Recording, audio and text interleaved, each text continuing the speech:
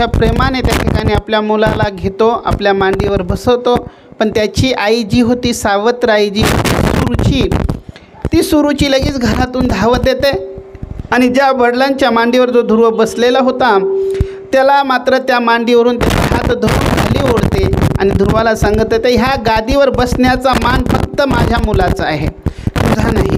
तुला जर ह्या मांडीवर बसायचं असेल, ह्या गादीवर जर बसायचं असेल तर पहिलं त्या ठिकाणी जा, देवाला प्रसन्न कर, जंगलामध्ये कर आणि देव प्रसन्न झाल्याच्या नंतर देवाकडून माझी कूस मागून घे आणि मग माझ्या पोटी जन्म घे, मग मात्र तुला ह्या गादीवर बसण्याचा अधिकार आहे.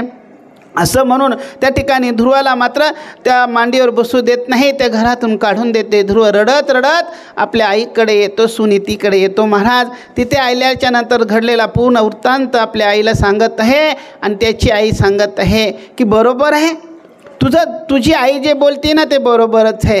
पहिली तर चूक तू मात्र ह्या ठिकाणी ही केली की तू ह्या ठिकाणी जन्माला यायलाच नको पाहिजे होतं आणि जन्माला आला तर माझ्यासारखी जी अभागी आहे, जी गरीब आहे, दीन आहे, अशा दीन आहे, अशा माझ्यासारखीच्या उदरामध्ये म्हणजे पोटी मात्र तू जन्माला यायला नको पाहिजे होतं. पण तुझी आई खरंच सांगते, आता जन्माला आलाच ना तर त्या वनामध्ये जाऊन त्या परमात्म्याच्या प्राप्तीचा तू उपाय केला पाहिजे, त्या परमात्म्याला प्राप्त करून घेतलं पाहिजेत. ध्रुव सांगत आहे, मी याचा बदला घेतल्याशिवाय राहणार नाही.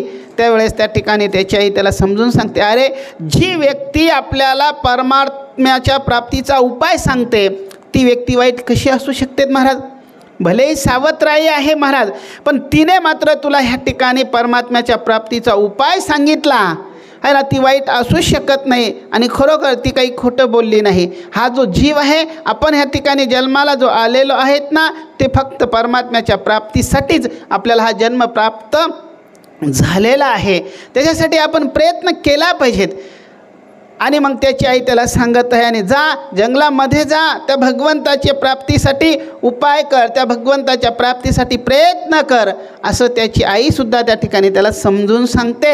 आणि त्याची आई मात्र पण सावत्र आईला भांडायला जात नाही की माझ्या पोराचा काय अधिकार नाही का, माझ्या पोराचा ते काय बाप नाही का, आहे ना, तुझंच त्या ठिकाणी एकटीचा नवरा आहे का, माझाही आहे, असं वगैरे काही म्हणत नाही. उलट आपल्या मुलालाच त्या ठिकाणी ती समजून सांगते. आणि मग ध्रुव आईने सांगितल्यामुळे त्या ठिकाणी ध्रुव मात्र जंगलामध्ये जाण्यासाठी निघत आहे. जाताना रस्त्यामध्ये त्या ठिकाणी देव ऋषी नारदांची भेट होते आणि नारद त्या ठिकाणी त्याला विचारतात, कुठे चाललात? त्याने सांगितलं, जंगलात चाललो. कशासाठी चालला? त्याने सांगितलं, जंगलामध्ये देवाच्या प्राप्तीसाठी चाललो. नारदजी सांगतात, जंगलामध्ये देवबिव काही राहत नाही, जंगलामध्ये मात्र हिंस्र पशु राहतात, वाघ राहतात, सिंह राहतात, ते मात्र तुला खाऊन टाकतील. असं म्हटल्याच्या नंतर ध्रुव सांगते, नाही, माझी आई सांगते की जंगलामध्ये त्या ठिकाणी देव राहतो आणि मी त्याला प्राप्त करण्यासाठी चाललेलो आहे. असा ध्रुवाचा तो दृढ विश्वास पाहतात.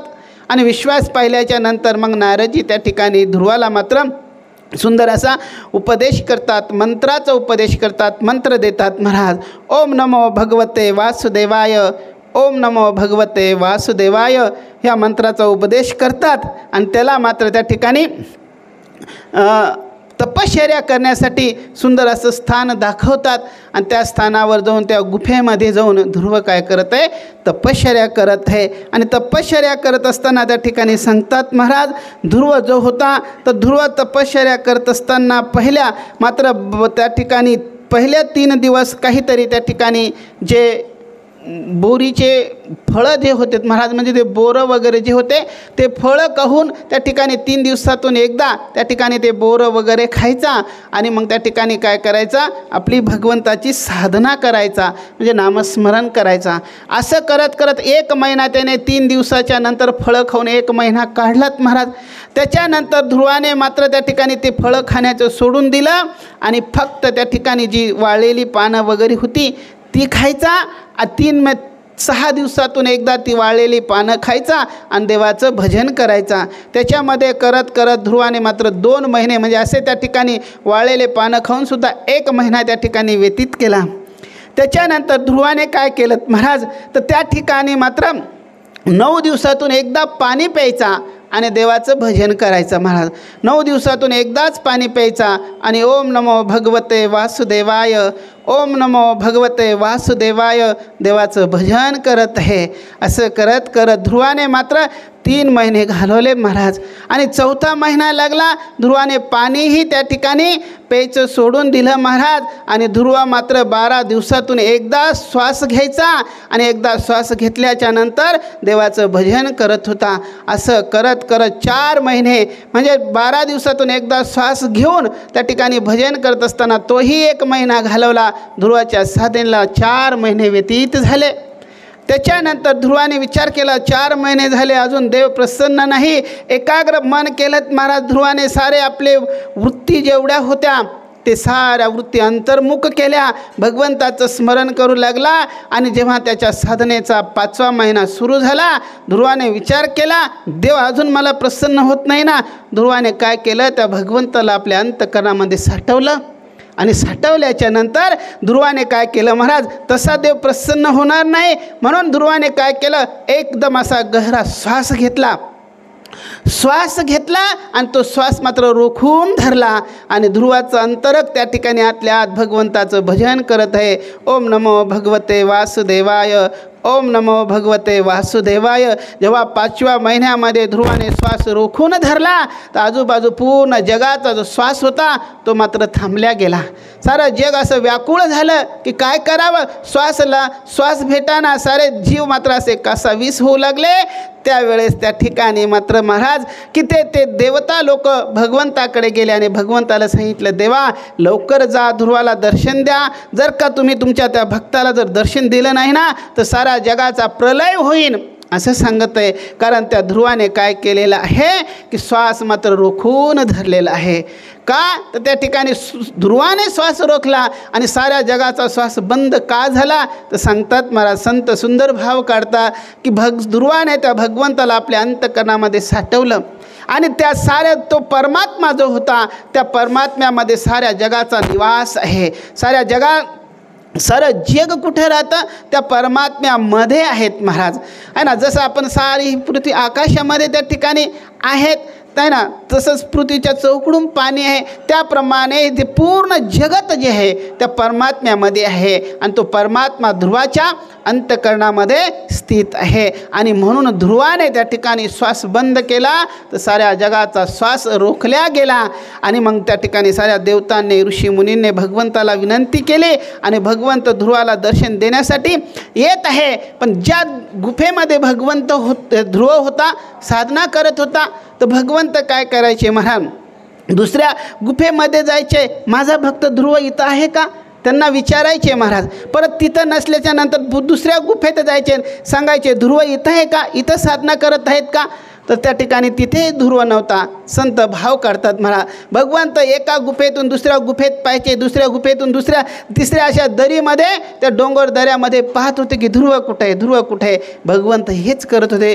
ध्रुवाच्या माध्यमातून फक्त ध्रुवाचं नाव होतं आणि त्या ध्रुवाच्या नावाखाली भगवंत जी साधना करणारे जे ऋषीमुनी होते ना त्या ऋषीमुनींना दर्शन द्यायचे महाराज. म्हणजे ध्रुवाच्या नावाखाली आहे ना त्या ठिकाणी साऱ्या ऋषीमुनींना भगवंत दर्शन म्हणजे ध्रुवाच्या माध्यमातून त्या ठिकाणी ऋषीमुनीला काय होऊ लागलं, दर्शन होऊ लागलं. आणि मग त्या ठिकाणी साऱ्या ऋषीमुनींना दर्शन देत देत देत भगवंत ज्या गुफेमध्ये ध्रुव साधना करत होता, डोळे बंद केलेले होते, वृत्ती अंतर्मुख होती आणि ध्रुव भगवंताचं चिंतन करत होता. आणि ते चिंतन करत असताना ज्यावेळेस भगवंत त्या ध्रुवासमोर प्रगट झाले आणि प्रगट झाल्याच्या नंतर त्या ठिकाणी ध्रुवाची ते डोळे बंद आहे, त्याचं भजन चालू आहे. भगवंत सारखे त्या ध्रुवाकडे पाहतात.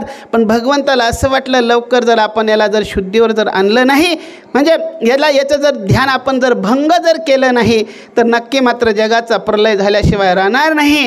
म्हणून त्या ठिकाणी भगवंताने काय केलं महाराज, ध्रुवाच्या अंतःकरणामध्ये ती छवी जी होती ना, ध्रुवाच्या अंतःकरणामध्ये भगवंताचा जो विग्रह जो होता ना तो भगवंताने ते ध्रुवाचं ध्यान काढून घेतलं.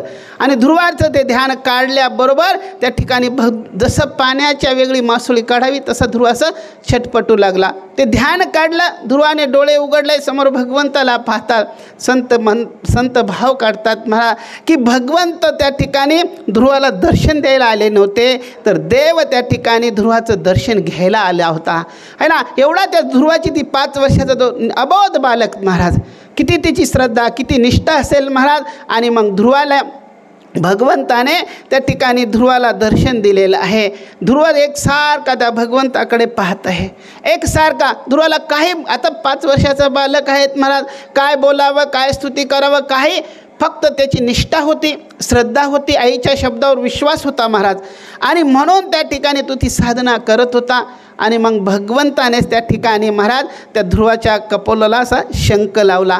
आणि त्या ठिकाणी सांगतात महाराज आहे ना, ज्याच्यावर भगवंताची कृपा झाली ना महाराज आहे ना, त्या ठिकाणी मुकम करोति वाचालम पंगुम लंघ येते गिरीम येत कृपा तमहम वंदे. त्या ठिकाणी मुकासुद्धा भगवंताची कृपा झाल्याच्या नंतर मुकासुद्धा त्या ठिकाणी वाचस्पती बनतो महाराज. पांगळा जो आहे तो मात्र गिरी त्या ठिकाणी डोंगर चढून जातो. त्याची कृपा झाल्यावर काय होत नाही. आणि भगवंताची कृपा झालीत महाराज. आणि सांगतात महाराज, आणि भगवंताची कृपा झाल्याच्या नंतर मग त्या ठिकाणी ध्रुव जो होता त्या ठिकाणी ध्रुवाला भगवंताने दर्शन दिलेलं आहे.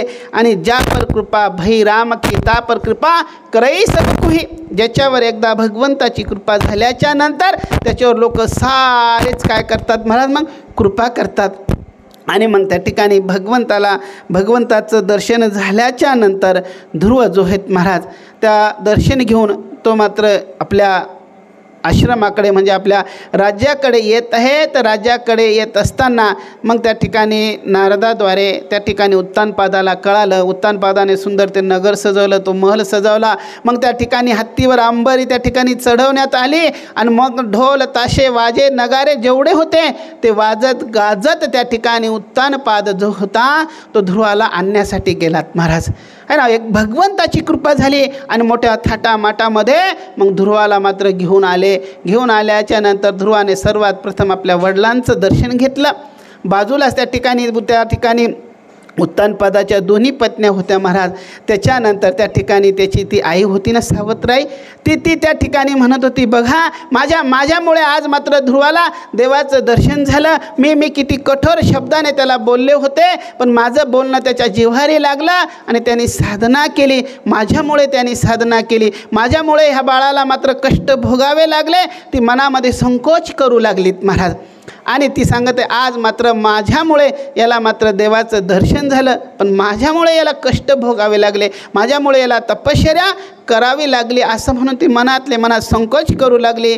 त्याच्यानंतर त्या ठिकाणी पहिलं दर्शन वडिलाचं झाल्याच्या नंतर ध्रुवाने मात्र आपल्या सावत्राईचं सुरुचीचं दर्शन घेतलं आणि सांगते, आई आज मात्र तुझ्या कृपेमुळे मला देवाचं दर्शन झालं, तुझ्या कृपेमुळे मात्र मला एवढा असा सन्मान मिळत आहे.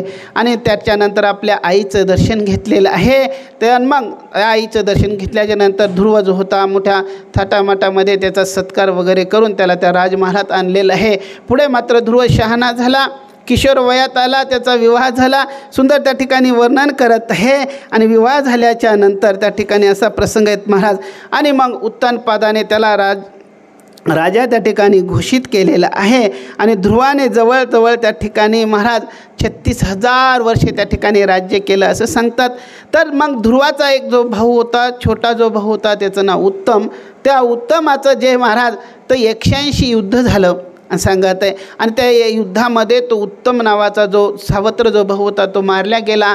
यक्षांनी माझ्या भावाला मारलं असं ध्रुवाला वाटलं आणि ध्रुवाला खूप राग आला. आणि ध्रुवाने काय केलं महाराज, त्या यक्षांशी काय केलं, युद्ध केलं.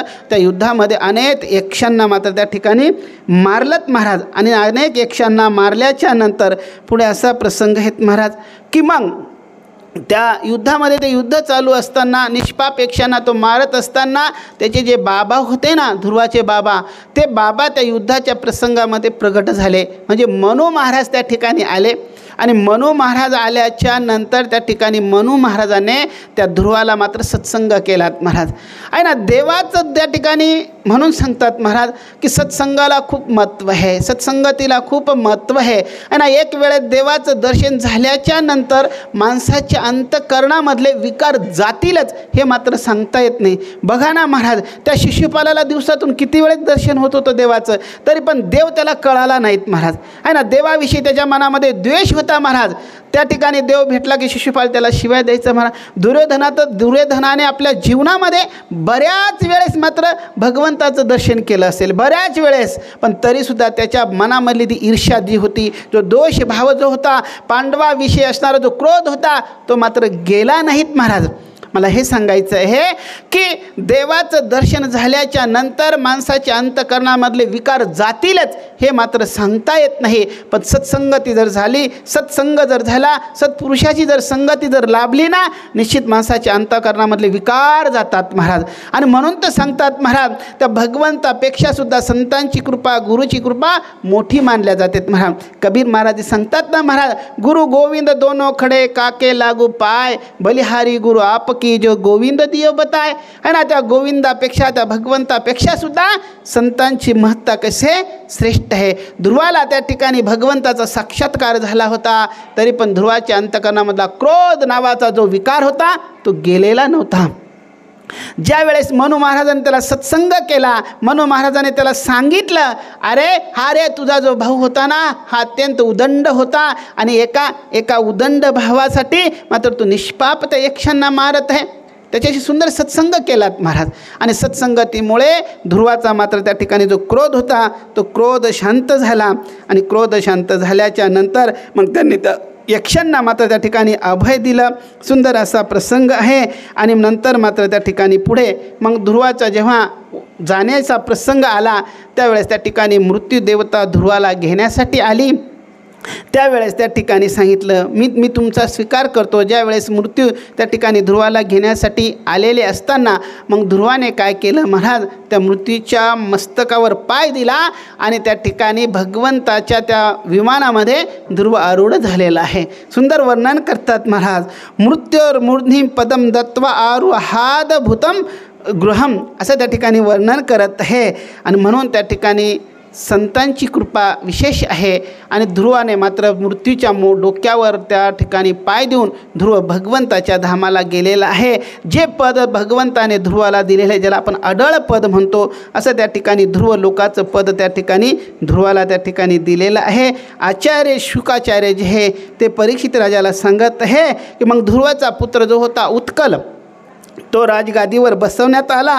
आणि त्या ठिकाणी मग उत्कलाच्या वंशामध्ये पुढे अंग राजा झाला, अंगाचा वेन झाला महाराज. आणि महाराज माणसाला बिघडण्यासाठी 4 गोष्टी खूप कारणीभूत असतात. म्हणून ज्याच्याकडे ह्या 4 गोष्टी आहेत ना, त्यांनी मात्र त्या ठिकाणी अत्यंत सावध राहिलं पाहिजेत म्हणा. रूप यौवन संपत्ती एवं, त्या ठिकाणी जर माणसाकडे मोठं पद असेल, रूप असेल, संपत्ती असेल, त्याचबरोबर त्या ठिकाणी यौवन असेल आणि त्याचबरोबर त्या ठिकाणी जर सत्ता जर असेल, तर माणसाने खूप सावध राहिलं पाहिजेत.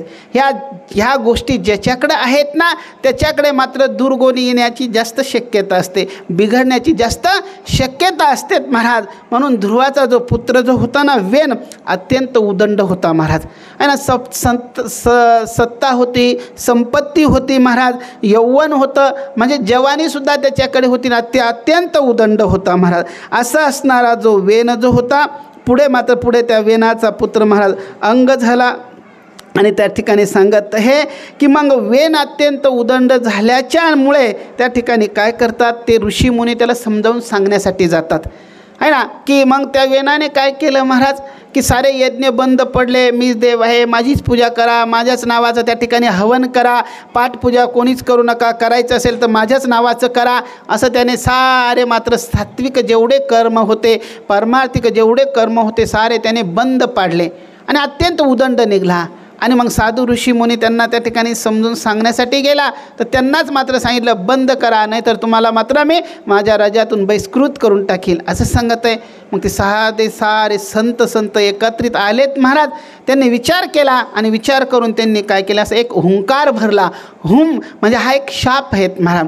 नुसतं असं हुम असं त्या ठिकाणी सारे संतांनी मिळून की हुंकार भरला, तर त्या ठिकाणी जो वेन जो होता ना, तो वेन मात्र मरून गेलात महाराज. म्हणून संतांचा नुसता हुंकार जरी निघाला तरी म्हणून त्यांचा अपमान केला. आणि त्यांनी हुंकार भरल्यामुळे तो वेन जो होता यदा देवेषु देवेषु गोषु विप्रेषु साधुषु धर्मे मयी च विद्वेषः स वा आशु विनश्यति. त्या ठिकाणी सांगत आहे की जो मात्र वेदाचा द्वेष करतो, जो मात्र देवाचा द्वेष करतो, गायीचा जो द्वेष करतो, विप्रांचा, साधू संतांचा, ब्राह्मणांचा जो द्वेष करतात ना महाराज, तो मात्र नष्ट झाल्याशिवाय राहत नाही. आणि आपल्याला नाही सेवा करता येत तर सेवा करू नका, पण द्वेष मात्र कोणाचा करू नका. त्या ठिकाणी हा याने सारं तो देवाला मानायला तयार नाही महाराज, वेदाला मानायला तयार नाही, गाईला सुद्धा मानायला तयार नाहीत महाराज. ते ब्राह्मण जे होते, जे साधू होते, त्यांची विटंबना करू लागला, गायींची विटंबना करू लागलात महाराज. आणि मग त्या ठिकाणी साधूंच्या संतांच्या हुंकारामुळे तो वेण मरण पावला. आणि ज्या राज्यामध्ये राजा नसतो ना, त्या राज्यामध्ये अराजकता फैलत असते. त्या राज्यामध्ये म्हणजे अत्यंत चोरीची त्या ठिकाणी चोरी वाढल्या जाते, त्या ठिकाणी मात्र बेरोजगारी वाढल्या जाते. आणि असं असताना मग ज्या राज्याला कोणी शास्ता नसतो, नियामक नसतो, आणि त्याला चालवणारा जर कोणी नसेल ना, साधं एखाद्या घरामध्ये जर कर्ता पुरुष जर नसेल ना महाराज, ते घर असं अस्तव्यस्त होऊन जातं पहा. तसं त्याप्रमाणे त्या ठिकाणी ते वेनाचं राज्य अस्तव्यस्त व्हायला लागलं. आणि मग विचार केला, पण वेनाची जी आई होती ना, आहे ना, तिने काय केलं होतं महाराज, वेनाचं जे शरीर होतं ना, तिचा पोरावर जास्त मोह होता, स्नेह होता, तिने ते वेनाचं शरीर असं जपून ठेवलं होतं पहा. आणि तिने ते जाळू दिलं नव्हतं. आणि मग ते साधू संतांनी विचार केला आणि मग त्यांनी काय केलं, त्या वेनाचं मंथन केलं पहा. आणि मंथन केल्यामुळे त्या वेनाच्या त्या जंगेमधून मात्र काय झालं महाराज, भगवंताने अवतार धारण केला, ज्याचं नाव आहे पृथ्वी. बोले पृथ्वी महाराज की. पृथ्वी महाराजाचा त्या ठिकाणी काय झाला, अवतार झाला.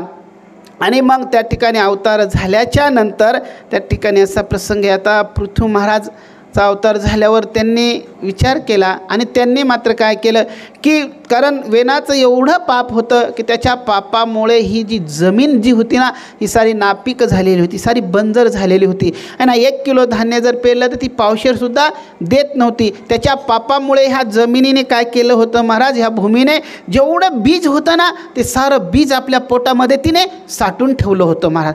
सारं बीज आपल्या पोटामध्ये तिने गडप करून टाकलं होतं. म्हणून जिकडे तिकडे त्या ठिकाणी दुष्काळ पडत होता, त्या ठिकाणी सारे दुर्भिक्ष होता, लोक मात्र भूकमारीने मरत होते. मग वेनाने काय केलं, ह्या पृथ्वीला विनंती केली. त्याने त्या पृथ्वीला विनंती केली, ती काय ऐकत नाही. मग वेनाने काय केलं, बाण काढला पृथ्वीला, आता हिला नष्टच करून टाकतो म्हणे, ही मात्र धान्य देत नाही ना, ह्या पृथ्वीला नष्टच करून टाकतो, असा त्याने विचार केला. आणि मग पृथ्वीला वाटलं आता आपल्याला नक्की मात्र हे पृथ्वी महाराज नष्ट करून टाकेल. म्हणून त्या अवनीने काय केलं महाराज, तिने मात्र गायीचं रूप धारण केलं आणि तिने मात्र त्या पृथ्वी महाराजला सांगितलं की तुम्ही काय करा, आहे ना, जसे जसे व्यक्ती येईल तसं तसं माझं काय करा, दुहन करा, असं सांगितलं महाराज. मग पृथ्वी महाराजाने ह्या पृथ्वीचं काय केलं, दुहन केलं. दुहन केलं म्हणजे ह्या ठिकाणी पृथ्वी महाराजांनी हिच्यावर खूप सुंदर असे त्या ठिकाणी कष्ट केले, कर्म केलं महाराज. आणि या ज्या ठिकाणी ते पापाने ती बंजर झालेली होती, तिला सुपीक केलं महाराज. ज्या ठिकाणी खाच खळगे पडलेले होते, त्याची अशी लेवल केलेली आहे, जागी जागी त्या ठिकाणी ते बंधारे बांधलेले आहे, त्या ठिकाणी शेततळे खणलेले आहे, जागी जागी त्या ठिकाणी विहिरी खणलेले आहे. आणि म्हणजे जमिनीला अत्यंत सुंदर त्या ठिकाणी पृथ्वीने सुपीक केलं. आणि सुपीक केल्यामुळे मग ही पृथ्वी मात्र काय करू लागली महाराज, त्या ठिकाणी धनधान्य देऊ लागली. आणि ही जी होती ना महाराज, ही जी अवनी जी होती ना, मग पृथ्वी महाराजाने हिच्यावर चांगलं कार्य केल्यामुळे हिचं नाव तिथून पुढे मात्र पृथ्वी असं पडण्यात आलं. तिला असं पृथ्वी असं त्या ठिकाणी म्हणू लागले. पुढे मात्र त्या ठिकाणी मग पृथ्वी महाराजाच्या त्या वंशामध्ये पुढे सांगतात महाराज, वर्णन करत असताना सांगत आहे की मग पृथ्वी महाराजाने 99 यज्ञ केले. आणि 99 यज्ञ करत असताना त्याच्या यज्ञामध्ये मात्र इंद्राने विघ्न केलं. 99 यज्ञ चालू होता ना, त्या यज्ञामध्ये इंद्राने विघ्न केलं. इंद्राला असं वाटत होतं, याचे जर का 100 यज्ञ पूर्ण झाले तर नक्कीच मात्र हे माझी गादी घेतल्याशिवाय राहणार नाही, असं इंद्राला वाटत होतं. म्हणून त्याने त्या 99 यज्ञामध्ये त्या ठिकाणी जो चालू होता त्याच्यामध्ये विघ्न केलं. आणि विघ्न केल्याच्या नंतर त्याचा 99 यज्ञ असा काय केला महाराज, भंग केला. पण भगवंताने त्या ठिकाणी मग भगवंत त्या यज्ञामध्ये प्रगट झाले. आणि प्रगट झाल्याच्या नंतर मग आपला जो उद्देश होता, जो जनकल्याणासाठी ह्या जगाच्या कल्याणासाठी मी यज्ञ करत आहे असं त्या ठिकाणी पृथ्वी महाराजाने सांगितलं. आणि असं सांगितल्याच्यानंतर इंद्राचा जो भ्रम होता तोही दूर झाला. भगवंत प्रकट झाले आणि भगवंत म्हणत आहे की मी मात्र तुझ्या ह्या कार्यामुळे प्रसन्न आहे, काय पाहिजे ते माग. त्यावेळेस पृथ्वी महाराज सांगत आहे की सांगतात महाराज माझे हे जे कान आहेत ना, या 2 कानामध्ये 10,000 कानाची शक्ती द्या असं सांगत आहे. कारण का तर ह्या 2 कानाने मात्र तुमचे जे गुण गातो ना मी, त्याने मात्र माझं मन भरत नाही. त्याच्यामुळे ह्या 2 कानामध्ये 10,000 कानांची शक्ती द्या की जेणेकरून मात्र तुमचे गुण श्रवण करताना मला आळस येणार नाही, मला प्रमाद येणार नाही, मला झोप येणार नाही, जेणेकरून तुमचे गुण तुमचं वर्णन मला ऐकता येईल असे पृथ्वी महाराज त्या ठिकाणी मात्र भगवंताला त्या ठिकाणी ते वरदान मागत आहे. आणि मग भगवंत कृपा करून तथास्तु म्हणतात महाराज. आणि मग पुढे त्या ठिकाणी असा प्रसंग आहे की मग पृथ्वी महाराज आणि त्यांची पत्नी ती अर्ची वगैरे जे होते महाराज, तर त्या ठिकाणी मग इंद्र प्रसन्न झाला. आणि इंद्र प्रसन्न झाल्याच्या नंतर इंद्रापाशी एक विद्या होती महाराज आहे ना, अंतर्धान नावाची. आणि मग इंद्राने ती विद्या मात्र त्या ठिकाणी पृथ्वी महाराजला दिली असा प्रसंग आहे. आणि मग त्याच्यानंतर पुढे मात्र पृथ्वी महाराजाचा पुत्र जो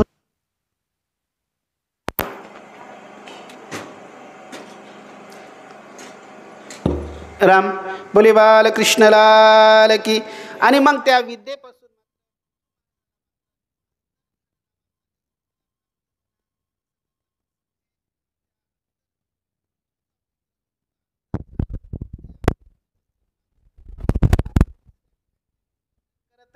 आणि त्याच मग पुढे मात्र हे प्राचीन ब्रह्मने खूप असे यज्ञ केलेत पहा. आणि त्या यज्ञामध्ये मात्र त्याने हजारो घोडे, हजारो त्या ठिकाणी ते रेडे बळी दिलेत महाराज. आणि ते बळी दिल्याच्या नंतर त्या ठिकाणी सांगतात महाराज त्याचा यज्ञ चालू असताना त्या यज्ञामध्ये नारद महर्षी आले. आणि नारद आल्याच्या नंतर नारदाने सांगितलं अरे तू एवढे यज्ञ केले पण मी मात्र तुझ्यासारखा पापीच पाहिला नाही. त्याने सांगितलं मी एवढे यज्ञ केले आहे ना, यज्ञ करताना खूप कष्ट राहतात महाराज, दान द्यावं लागतं, यज्ञ करताना त्या ठिकाणी साऱ्या पवित्रतेचं ध्यान ठेवावं लागतं. त्याने सांगितलं मी एवढे यज्ञ केले, त्याने मात्र पूर्ण ही पृथ्वी इतके यज्ञ केले होते की त्याने मात्र ही पूर्ण पृथ्वी कुशाने झाकून टाकली होती, एवढे यज्ञ केले होते महाराज. पण त्या ठिकाणी नारद म्हणतात की मी पापी मात्र तुझ्यासारखा पाहिला नाही. त्यांनी सांगितलं मी एवढे यज्ञ केले आणि मी कसं काय पापी, मी तर सर्वात पुण्यवान व्हायला पाहिजे. नारदाने सांगितलं की बघ त्या ठिकाणी असं वरती बघ बरं जरा. वर पाहिल्याच्या नंतर त्यांनी पाहिलेत महाराज हजारो घोडे, हजारो रेडे, हजारो बोकड आहे ना, हातामध्ये नग्न तलवार घेऊन याची वाट पाहत होते की कधी हा येईल आणि कधी मात्र आम्ही याचा सूड घेऊ. म्हणून त्या ठिकाणी सांगतात महाराज ऋण वैर हत्या जी आहेत ना ही कधीच चुकत नाही. यज्ञामधली जरी हत्या जरी असेल तरी मात्र ती भोगावा लागतील महाराज. आणि हे वाट पाहत होते की यांनी विनाकारण आमचा यज्ञामध्ये बळी दिला असं त्या ठिकाणी सांगत आहे. आणि मग त्याचा बदला घेण्यासाठी ते सारे वाट पाहत होते. त्यांच्या हातातलं ते तलवार पाहिली, ते खड्ग पाहिले, तो प्राचीन बळी जो होता घाबरला महाराज, खूप घाबरला. त्याने मग नारदाला शरण गेला, महाराज सांगा मला याच्यातून काय उपाय आहे, याच्यातून तरण्याचा उपाय काय आहे असं सांगितलं.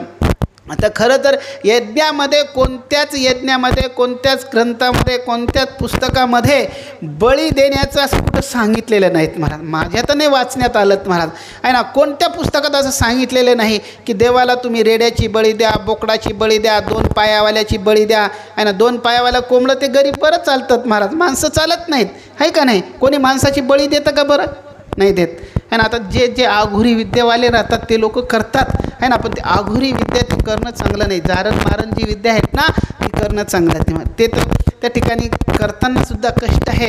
नंतर मात्र त्यांची खूप परेशानी, खूप हाल होते महाराज. मला एवढंच सांगायचं आहे की कोणत्याच ग्रंथामध्ये असं सांगितलेलं नाही की यज्ञ करत असताना जीवाची बळी द्या, असं कोणत्याच ग्रंथामध्ये सांगितलेलं नाहीत महाराज आहे ना. त्या ठिकाणी जर बळी द्यायची असेल तर आपल्या विकाराची बळी द्या, आपला अभिमान सोडा, आपला लोभ सोडा आहे ना. त्या ठिकाणी आहे ना घोड्याची बळी देणं म्हणजे त्या ठिकाणी आपल्या अहंकाराची बळी देणं आहे ना. त्या ठिकाणी बोकड्याची बळी देणं म्हणजे आपल्या लोभाची बळी देणं आहे. आपले ते विकार सोडायचे आहेत यज्ञ करून. जर यज्ञ करून जर तुम्ही त्या ठिकाणी विकार सोडत नसेल मग किती जरी जीवांची बळी दिली तर त्या ठिकाणी उद्धार होऊ शकत नाहीत महाराज. म्हणून त्या ठिकाणी सांगतात महाराज आणि तो घाबरला आणि घाबरल्याच्या नंतर नारदाला शरण गेला.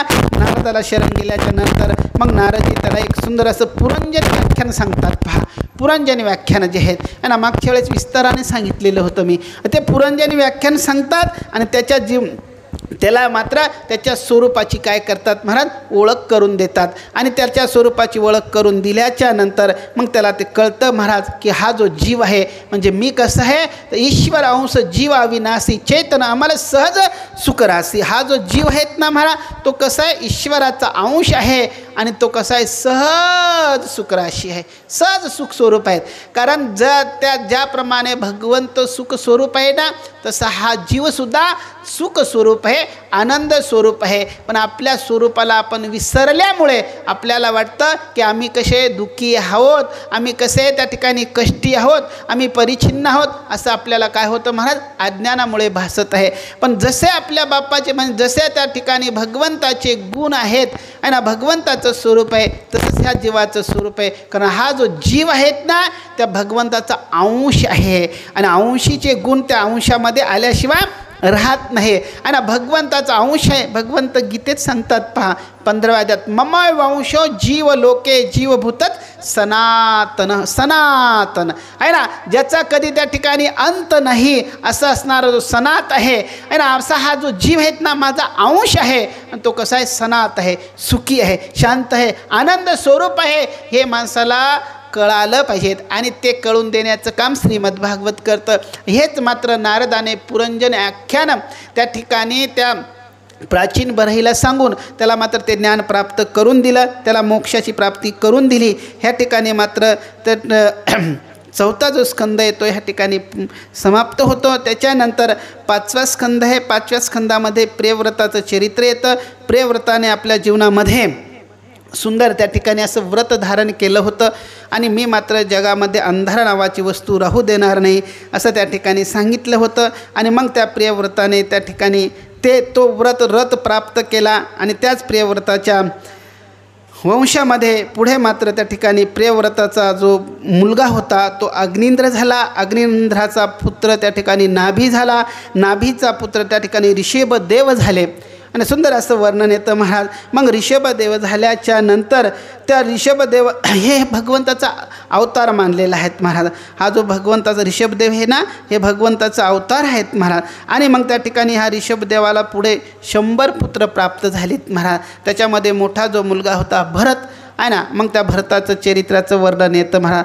आणि साऱ्या मुलांना मात्र त्या ठिकाणी ऋषभदेवाने सत्संग करून साऱ्या मुलांना ज्ञान प्राप्त करून दिलं. साऱ्या मुलांना त्या ठिकाणी संन्यास मार्गाचा त्या ठिकाणी त्यांनी रस्ता दाखवला आणि सारे मुलं मात्र तपश्चर्या करण्यासाठी वनामध्ये निघून गेले. भरतही निघून जात होता पण बापाने सांगितलं की तू मोठा आहे, तुझ्यावर ह्या राज्याची जबाबदारी आहे ना आणि तुझं कर्तव्य आहे की ह्या राज्याचं संगोपन करणं. म्हणून त्या भरताला त्या ठिकाणी इच्छा नसताना सुद्धा बापाच्या सांगण्यावरून राजगादीवर बसावं लागलं आणि राजगादीवर बसल्याच्या नंतर भरताने बऱ्याच दिवस त्या ठिकाणी राज्य केलं. आणि राज्य केल्याच्या नंतर मग भरताने काय केलं महाराज शेवट आहे ना मग त्या ठिकाणी आपल्या मुलाला राजगादीवर बसून दिला आणि भरत मात्र त्या ठिकाणी तपश्चर्या करण्यासाठी मात्र वनामध्ये निघून गेलेला आहे असं त्या ठिकाणी सांगत आहे. आता ग्रहस्थी आश्रम आहेत.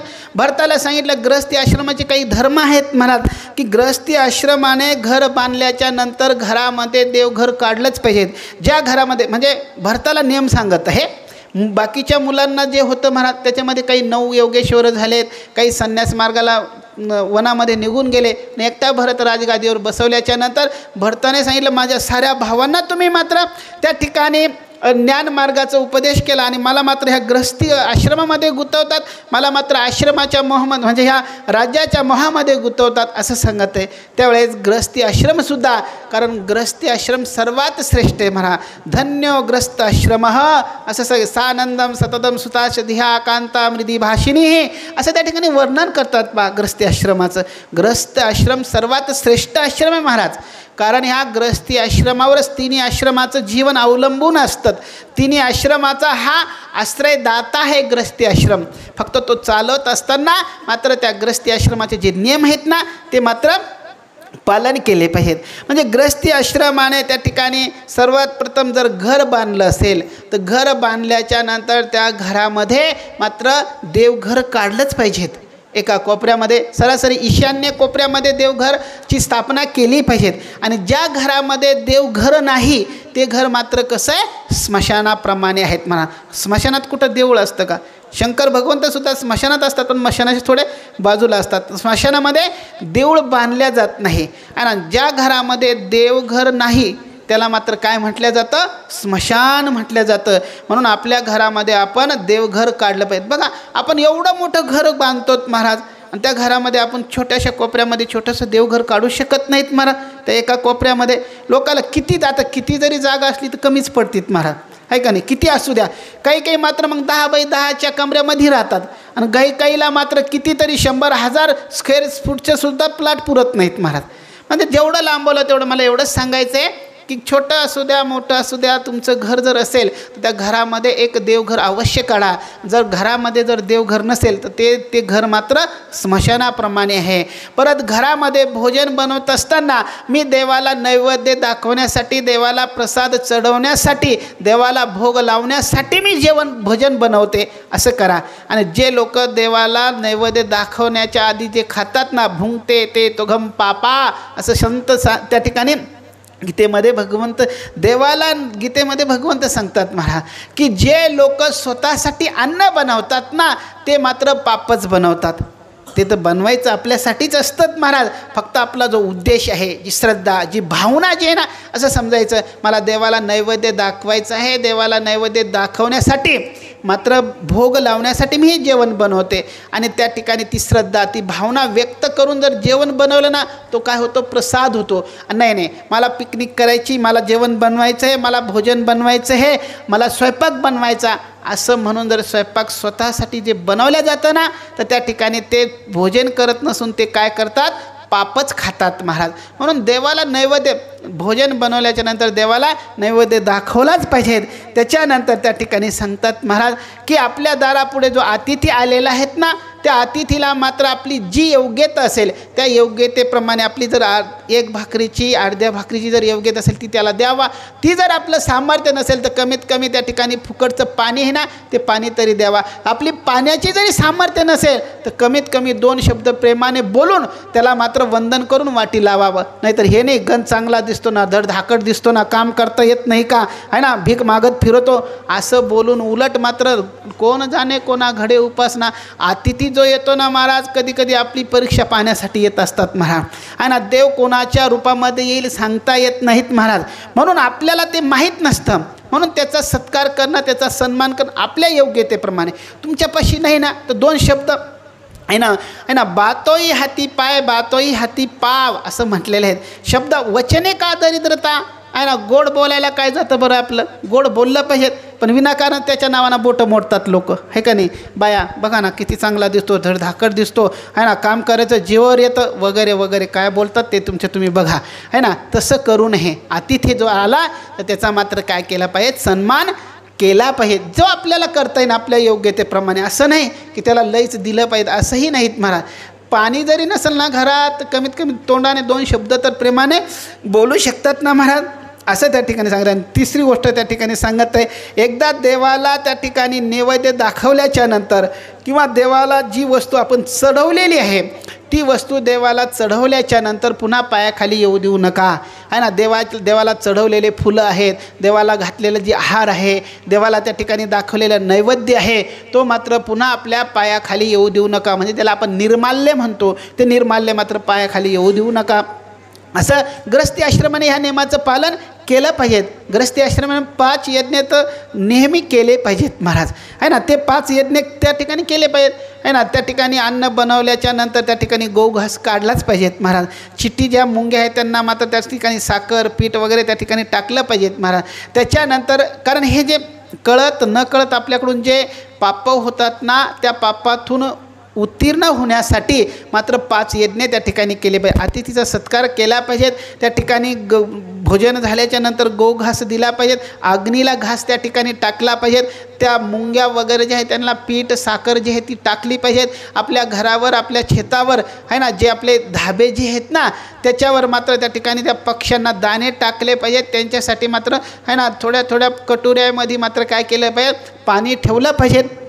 हे मात्र गृहस्थी आश्रम हे कशासाठी करायचं आहे, हे नित्य करायचं आहे. हे कशासाठी की आपल्याकडून कळत न कळत जे पाप होतात ना त्याच्यातून मात्र उत्तीर्ण होण्यासाठी हे करायचे आहेत. सांगा बरं, आपल्याकडून कळत न कळत होतात की नाही पाप महाराज. आता आपण रस्त्याने चालत आहे, रस्त्याने चालता चालता आपल्या पायाखाली महाराज किडे मुंग्या कितीतरी मरतात ना महाराज, आहे की नाही. ते न कळत आहेत आहे ना. मग न कळत पापासाठी मात्र हे पंचयज्ञ त्या ठिकाणी सांगितलेले आहे. ते मात्र गृहस्थी आश्रमाने केले पाहिजे असं त्या ठिकाणी सांगत आहे. आणि पुढे मात्र मग ऋषभदेव जे होते त्यांचा जो मुलगा होता भरत जो होता त्याला राजगादीवर त्या ठिकाणी बसवण्यात आलेलं आहे. आणि आल्याच्या नंतर भरतनाने राज्य जवळ करायचं तवर केलं, आपल्या मुलाला राजगादीवर बसून दिलं आणि भरत वनामध्ये जाऊन तपश्चर्या करत आहे. तपश्चर्या करत असताना त्या ठिकाणी असं वर्णन येतं महाराज भरताच्या जीवनामध्ये की मग ऋषभदेव जे होते, कारण ऋषभदेवसुद्धा तपश्चर्या करण्यासाठी गेले. आणि ऋषभदेवाने काय केलं महाराज, तपश्चर्या करत असताना आहे ना आता साधू आहे असे म्हणून लोक त्यांच्याकडे एकट्ठा होऊ लागलेत महाराज, एकत्र होऊ लागलेत महाराज. मग ऋषभदेवाने काय केलं, आपल्या तोंडामध्ये असा दगड धरून घेतला, मोठा असा दगड केला, तो आपल्या तोंडामध्ये धरला महाराज. जेणेकरून तोंडात जर काही असलं तर बोलता येत नाहीत महाराज. म्हणून त्या ठिकाणी आपल्याला बोलायचं काम पडू नये म्हणून त्या ठिकाणी ऋषभदेवाने तोंडामध्ये दगड धरला. त्या ठिकाणी ऋषभदेव जे होते ना ते येड्यावानी राहू लागलेत महाराज, आहे ना. त्या ठिकाणी सांगतात ना महाराज, माऊली सुंदर वर्णन करतात महाराज, पिशेपण मिरवी आवडीने महत्त्व हरवी असं वर्णन करतात. पहा, चातुर्य लपवी महत्त्व हरवी आणि पिशेपण मिरवी आवडूने असं माऊली आपल्या ज्ञानेश्वरीत वर्णन करतात. ज्ञानी जे लोक असतात ना महाराज आहे ना, आपले लोक महाराज कुठे जात नाहीत पहा बरं. आता बद्रीनाथ केदारनाथला कोणा शोध लावला देवाचा तिथं जाऊन बस, लोक तिथेही जातात महाराज. किती अडचणीत जाऊन बसा, किती जाळीजुळीत जाऊन बसत महाराज, तरी लोक तिथं गेल्याशिवाय राहतच नाही आहे ना. तुम्ही किती अडचणीत त्या ठिकाणी सामान ठेवा आहे ना, ते मध ठेवा, मुंग्या तिथं जाताच महाराज, जातात की नाही मुंग्या, कसं बी ठेवा. त्याप्रमाणे लोक किती तुम्ही एकांतात जाऊन बसा पण लोक तिथं गेल्याशिवाय राहत नाही. मग ऋषभदेव साधना करण्यासाठी गेलेले असताना, जंगलात गेलेले असताना त्या ठिकाणी लोक तिथं जमा होऊ लागले आणि साधनेमध्ये विक्षेप होऊ लागला. म्हणून ऋषभदेवाने आपल्या तोंडामध्ये दगड धरला. ऋषभदेव येड्यावानी राहू लागले मुद्दामच त्या ठिकाणी महाराज. मग लोक म्हणू लागले येडं हे, जाऊ द्या कशाला त्याच्याकडे जायचं असं समजून त्या ठिकाणी लोकांचा मग त्यांच्याकडे येण्याचा जो ओघ होता तो कमी झाला. म्हणजे जे विद्वान जे लोक असतात, जे ज्ञानी जे लोक असतात ना ते मात्र लोकांमध्ये येण्याचं काय करतात, टाळतात. लोकसंग्रह मात्र टाळतात. आणि लोकसंग्रह जो आहेत ना तो साधनेसाठी लई बाधक आहे महाराज. साधना करणाऱ्या व्यक्तीने, साधकाने लोकसंग्रह करू नये. लोकसंग्रह जर केला तर साधनेमध्ये काय होत असतो, विक्षेप होत असतो. ऋषभदेवाची सुंदर अशी कथा येते आणि नंतर मग त्या ठिकाणी पुढे असा प्रसंग आहेत महाराज. मग भरताने राज्य करायचं केलं, आपल्या मुलाला राजगादीवर त्या ठिकाणी बसून दिलं आहे ना. त्याचा जो मुलगा जो होता आहे ना सुमती नावाचा, त्या सुमतीला मात्र राजगादीवर बसून दिलं. ऋषभ आपले भरत महाराज तपश्चर्या करण्यासाठी गेलेले. सुंदर असं त्या ठिकाणी गंडकी नदी आहे, त्या नदीच्या किनारी तपश्चर्या करत आहे. आणि तपश्चर्या करत असताना एक दिवस त्या ठिकाणी त्या पाण्यामध्ये गंडकीमध्ये आहे ना कमरा एवढ्या पाण्यामध्ये जाऊन देवाचं भजन करू लागलेत महाराज. ओम नमो भगवते वासुदेवाय, ओम नमो भगवते वासुदेवाय भजन चालू आहे. चालू असताना तेवढ्यात त्या ठिकाणी पलीकडच्या तीरावर एक गर्भिणी हरिण जी होती ती पाणी पिण्यासाठी आली. आणि पाणी पिण्यासाठी आल्याच्या नंतर तिकडून एका वाघाची डरकाळी ऐकू आली. तो वाघाचा आवाज ऐकल्याबरोबर अत्यंत कोमल काळजाची असणारी जी हरण होती ती घाबरली आणि तिने मात्र त्या घाबरलेल्या अवस्थेमध्ये पाण्यामध्ये उडी टाकली.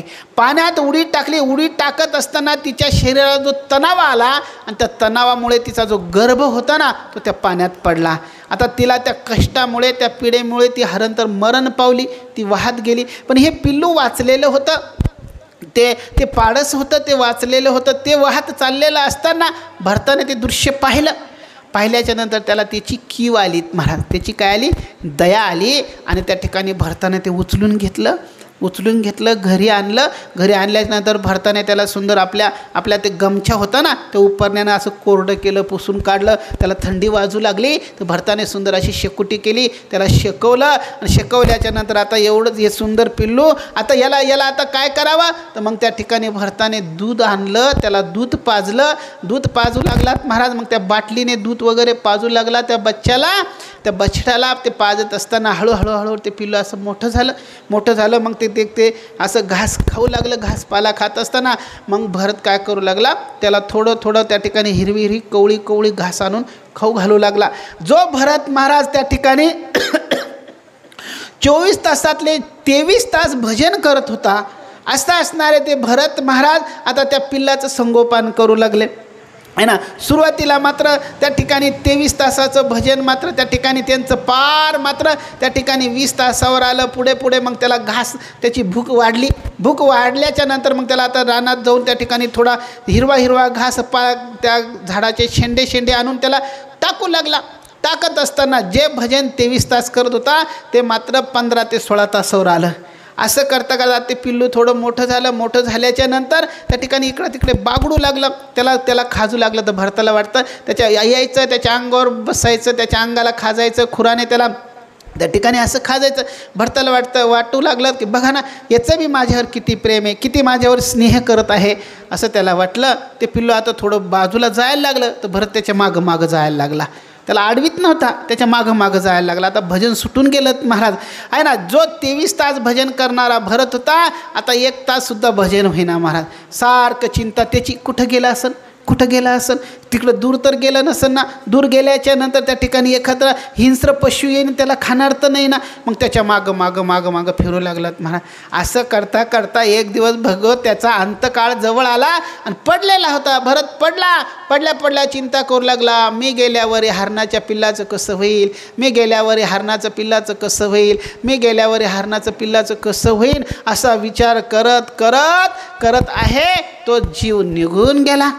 ते चिंतन चालू होतं, मी गेल्यावर हरणाचं पिल्लाचं कसं होईल. आणि असं चिंतन करता कसं होईल नाहीत महाराज. मग असं चिंतन करता तो भरतच त्या हरणाच्या गर्भाला गेलात महाराज. अंतमती 6 गती. माणसाची जशी अंत वेळेमध्ये जशी मती होते ना, जशी बुद्धी होते ना महाराज आहे ना. घाला तो घातला वासनेने आहे ना. जड भरत राजा हरणी गर्भा गेला, घाला तो घातला वासनेने. जड भरत राजा, ज्या भरताने पूर्ण राज्याचा त्याग केला, मुलाबाळाचा साराचा त्याग केला, भगवंताच्या प्राप्तीसाठी वनात गेला आणि वनात जाऊन एका हरणीच्या पिल्लामध्ये जीव गुंतला, तर पुढचा जन्म मात्र त्या ठिकाणी त्याला हरणीचा झालात महाराज. आता बघा आपला जीव कुठे गुंततो महाराज, कुठे गुंतलेला आहे. विचार करा, कोणाकोणात गुंतलेला आहे. कोणाचा घरात गुंतलेला आहे, कोणाचा गाडीत गुंतलेला आहे, कोणाचा नातीत गुंतलेला आहे, कोणाचा नातवात गुंतलेला आहे, काहीचा तर खेटरात गुंतलेला असतो. इथं बसलेले असताना सुद्धा आणि महाराज नुसता खेटरात जीव गुंतला तर पुढचा जन्म रोहिदासाचा घ्यावा लागलात महाराज. पुढचा जन्म रोहिदासाचा घ्यावा लागला. आपला जीव कुठे गुंतलेला आहेत, कुठे आपला विचार करा. मला नका सांगू, तुमचा विचार करा आणि जीव गुंतू देऊ नका. कारण अंतकाळामध्ये जर तुमच्या ध्यानामध्ये जर खेटर जर आले, चप्पल जर आली, झाडू जर आला, बकरी जर आली आहे ना, ती नात जर आली ना, तर त्या ठिकाणी पुढच्या जन्मात त्या नातीचा जन्म तुम्हाला घ्यावा लागेल आणि पुन्हा दुसऱ्याच्या घरी नांदायला जावं लागेल, आहे का नाही. त्याच्यामुळे दुसऱ्याचे मग पुन्हा तेच आहेत. मग वाहशन, थापा गावऱ्या, जा रानात, करा कपाशी जमा, लावा ते कपाशी, असंच होणार की नाही. आता मुक्त व्हायला पाहिजेत. किती जन्म घेणार आपण आता काय झालं पाहिजे, मुक्त झालं पाहिजे. ज्ञान आपण आता प्राप्त करून घेतलं पाहिजेत महाराज. मोठी संधी आलेली आहे आपल्याला. पुन्हा ही संधी येणार नाही. काकटाळी न्यायाप्रमाणे आपल्याला हा देह सापडलेला आहे. आता मात्र ही जर संधी जर गेली ना महाराज, पुन्हा मात्र कधी संधी येईल सांगता येत नाहीत महाराज. मग त्या हाताला खरूज झाल्याप्रमाणे गंमत आहेत महाराज, आहे का नाही, आहे का. मग ते खाजीतच बसावं लागत महाराज. ती खरूज कधीच नीट होत नाहीत पहा. आणि ती खरूज जे आहेत ना, आहे ना, पूर्वीच्या दाराला असं, तर हे मात्र मोक्षाचं दार आहेत महाराज. आता जर तुम्ही ह्या दाराला येऊन, ह्या योनीला येऊन, ह्या जन्माला येऊन, ह्या देहाला येऊन जर ज्ञान प्राप्त जर नाही केलं ना, पुन्हा मग त्या ठिकाणी 84 लाख योनीमध्ये फिरत फिरत फिरत फिरत यावं लागेल. नामदेव महाराजांचा सुंदर अभंग आहेत महाराज. झाडामध्ये किती 20 लक्ष योनी घ्यावं लागतात झाडामध्ये महाराज आहे ना. त्या ठिकाणी जनावर, त्या पशु पक्ष्यामध्ये, त्या पक्षी कीटकामध्ये मला वाटतं जवळजवळ 30 लाख योनी जन्म घ्यावा लागतो महाराज. माणसाच्या योनीमध्ये फक्त 4 लाखच योनी आहे माणसाच्यात महाराज. म्हणून हा देह आपल्याला मोठ्या भगवंताच्या कृपेने सापडलेला आहे. आता सापडला ना, याची चीज करा, याचं सोनं करा, याला मात्र त्या ठिकाणी त्या भगवंताच्या प्राप्तीसाठी याला घासा. अरे आत्तापर्यंत आपण संसारासाठी घासतच आलो आहे ना, किती घासत आलो महाराज आहे ना. आत्तापर्यंत तेच घासत आलो, कारण तेच संस्कार आपल्यावर आत्तापर्यंत तेच आहे. मला एवढंच सांगायचं आहे की आता मात्र कोणाच्या वासनेमध्ये गुंतू नका, कोणाच्या मोहामध्ये गुंतू नका, कोणाच्या प्रेमामध्ये गुंतू नका. आता जर का तुम्ही मोहामध्ये, प्रेमामध्ये जर गुंतले ना महाराज, तर पुन्हा 84 लाख योनी फिरावा लागेल. मग तुम्ही म्हणाल महाराज हे सारं सोडाव का आम्ही, मग द्यायचं सोडून घ्यायचं का संन्यास? तुमच्यावानी संन्यास घेऊ नका, घरामध्येच राहा.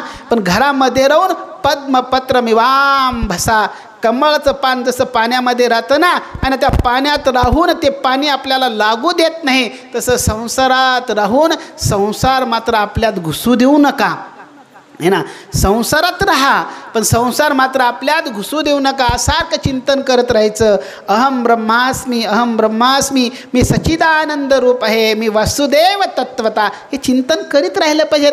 नाहीतर हे माझी ठकी, ही माझी इठी, ही धंगडी दोंडी, हे कोणी येत नाहीत महाराज बरोबर, कोणी सोडवित नाही. आपली आपण करा सोडवण. ह्या जन्म सापडलेला आहे ना, तर आपली आपण काय करून घ्या, सोडवण करून घ्या. आता कोणाशी जास्त मोह स्नेह ते करू नका. जीव साऱ्याला लावा, जीव साऱ्याला लावा, पण जीव लावणं अलग आहे, प्रेम करणं अलग आहे, आणि मोह करणं अलग आहे, स्नेह करणं अलग आहे.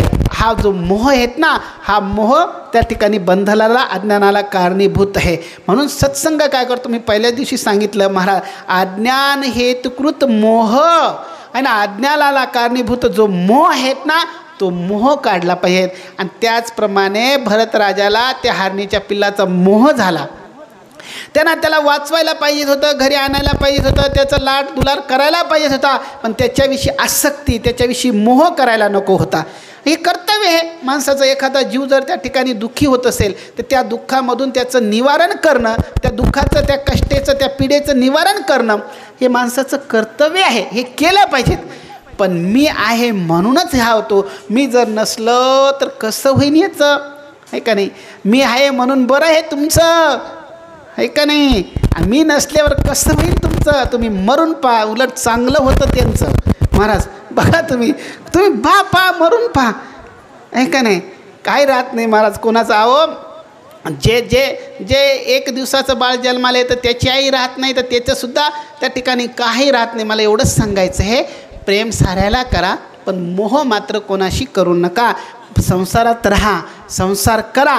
कशाप्रमाणे जनक राजाने, जसं आपलं जनक एवढं राज्य आहे का महाराज, आपलं किती बरं राज्य महाराज आहे ना. त्या जनकाचं एवढंच आपलं राज्य पण नाही, पण जनक राजा जसा राहत होता ना, तसं आपण मात्र प्रपंचामध्ये राहा. म्हणजे प्रपंचाविषयी जो मोह आहे तो मोह काढा. मला एवढंच सांगायचं. पुढे मात्र तो भरत राजा जो होता तो हरणीच्या गर्भाला गेला. हरणीच्या गर्भाला गेल्याच्या नंतर मग त्याला कळालं, त्या ठिकाणी गेल्याच्या नंतर त्याला कळालं, अरे मागच्या जन्मात मी हरणीच्या पिल्लाशी मोह केला होता, त्याचा परिणाम मला मात्र आता हे हरणीचा जन्म घ्यावा लागला. त्याला ते ज्ञान होतं. आणि मग तो भरत जो होता ना, त्या हरणीच्या पिल्लाला जन्माला गेलेला, तो मात्र कोणत्याच कळपात मिसळला नाही, कोणाशीच मिसळला नाही, कोणाशी संग केला नाही, एकटंच राहायचा. आणि मात्र हिरवा पाला वगैरे कधीच खाल्ला नाही त्याने. मग ती वाळलेले पानं जे होते ना झाडाचे तेच खायचा आणि चिंतन करायचं. त्याला मात्र त्या भरत योनीमध्ये, माणसाच्या योनीमध्ये जे ज्ञान होतं ना, तेच मात्र त्याला त्या हरणीच्या गर्भाला गेल्याच्या नंतरसुद्धा त्याला ज्ञान होतं महाराज. तो चिंतन करू लागला. आणि चिंतन करत असताना मग एक दिवस असा प्रसंग आलात महाराज, की त्या ठिकाणी मात्र मग त्या वनाला आग लागली. आणि त्या वनाला आग लागल्याच्या नंतर ज्या हरणीच्या गर्भाला गेलेला जो होता हा ना, तो हरणीचा जो देह होता तो मात्र त्या आगीमध्ये जळून भस्म झाला. पुढे मात्र अंगिरथ नावाचा जो ब्राह्मण होता त्याच्या घरी मात्र भरताने जन्म घेतला. आणि जन्म घेतल्याच्या नंतर पुढे मात्र त्या ठिकाणी मग तो आणि मग अंगिरथ नावाचा जो ब्राह्मण होता तो भरत थोडासा मोठा झाला, त्याचे यज्ञ संस्कार केले. बापाला वाटलं याला आपण गायत्री मंत्र जपायला द्यावा, पाठ करायला द्यावा. बापाने गायत्री मंत्राची दीक्षा दिली. मंत्रच पाठ करीना महाराज तो भरत, मंत्र पाठ करीना महाराज. बुद्धी होती, ज्ञान होतं आहे ना, पण मंत्र पाठ करीना. त्याला वाटलं आता जर मंत्र जर पाठ केला तर बाप उद्या दुसऱ्या दिवशी आपल्याला संध्या शिकेल. मग संध्या शिकायला लागले तर मग संध्या करीन. संध्या शिकल्याच्या संध्या पाठ केल्याच्यानंतर बाप मग आपल्याला सत्यनारायणाची पूजा शिकीन. आणि सत्यनारायणाची पूजा शिकवल्यानंतर मग म्हणा जाय त्याच्या घरी पूजा करून ये, जाय त्याच्या घरी पूजा करून ये. मग सत्यनारायणाची पूजा शिकल्याच्या नंतर पुढे मग वास्तुशांतीची पूजा शिकीन. मग कोणाचं घर बांधलं का मग त्याची पूजा करायला मला पाठवीन आहे ना. पुढे मग त्या ठिकाणी लग्न नावाला शिकीन वगैरे त्याला असं वाटलं महाराज. आणि भरताने मात्र त्या योनीमध्ये 3ऱ्या जन्मामध्ये मग त्या ठिकाणी त्याने काहीच केलं, नुसतं जड होऊन असं बसून राहायचं येड्यावानी महाराज. आणि लोक मग त्याला म्हणू लागले काय जड पोरग हे, माणसाने काही नाही केलं काय म्हणतं, काय जड हे हालत नाही जागचं असं म्हणून त्याला मग पुढे मात्र त्याला जड भरत हे नाव झालं आहे ना. आई बाप होते तो घरामध्ये बरं होतं, खायला देत होते. आई बाप गेल्याच्या नंतर भाऊजी कोण नसतं महाराज कोणाचं आहे ना, तुम्हाला माहिती असं आहे ना. जोपर्यंत आई आहे माहेरला तोपर्यंत माहेरला मजा. एकदा आई गेल्याच्या नंतर मग काय मजा नाही राहत. मग प्रेम माहेरचं प्रेम जे आहे जोपर्यंत आई वडील आहे तोपर्यंत मात्र त्या ठिकाणी मुलांची मजा. एकदा आई वडील गेल्याच्यानंतर कोणी नाही कोणाचं महाराज. मला एवढंच सांगायचं आहे, आई वडील होते तोवर भरताचं बरं होतं. नंतर महाराज भाऊजाई मात्र त्याला जीव लावीना आहे ना. ती भाऊजाई काम सांगू लागली, जेवढं काम सांगितलं तेवढं भरत करायच होता. आणि मग त्याच्या मोबदल्यामध्ये त्याला खायला द्यायचे महाराज. पण महाराज त्याला जेवढं सांगितलं तेवढंच करत होता महाराज, मनाने काहीच करत नव्हता. त्याला जर सांगितलं ना आहे ना हे दही आहे ना, या दह्याचं मात्र कुत्र्यापासून संरक्षण कर असं सांगितल्याच्या नंतर तो तिथं बसायचा. कुत्र्याला तिथं येऊ देत नव्हता महाराज, पण मांजर आली का दही पिऊन जायचीत महाराज. म्हणजे दह्याचं माझं बोलणं लक्षात येतं ना तुमच्या. हां, जेवढं काम सांगितलं तेवढंच करायचं महाराज, मनाने काहीच करत नव्हता महाराज. मग त्या ठिकाणी त्याचं नाव जड भरत प्रसिद्ध झालं.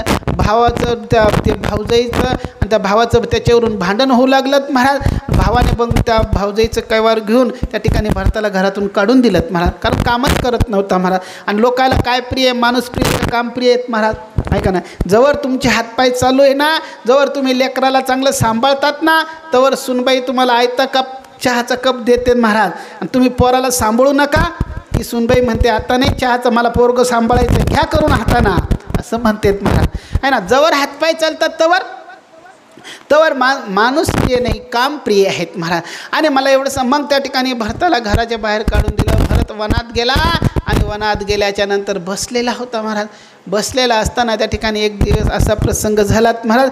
त्या वनामध्ये असणारे जे आदिवासी लोक होते, त्या आदिवासी लोकांनी एका त्या आदिवासी लोकांचा जो राजा होता त्याला मात्र काय झालं, मुलगा झाला होता. आणि त्यांनी मात्र देवीला नर बळी देण्याचं ठरवलं. आणि मग त्या ठिकाणी आता कोण पाहायचा, तर जंगलामध्ये हे बाबा बसलेले होते. यांनी उचलून त्या ठिकाणी त्याला नेलत महाराज. त्याला आता बळी देणार आहे ना, त्या देवीला बळी देणार महाराज. भरत ज्ञानी होता, देवीला बळी देणार तर त्या देवीलाच धाक पडलात महाराज.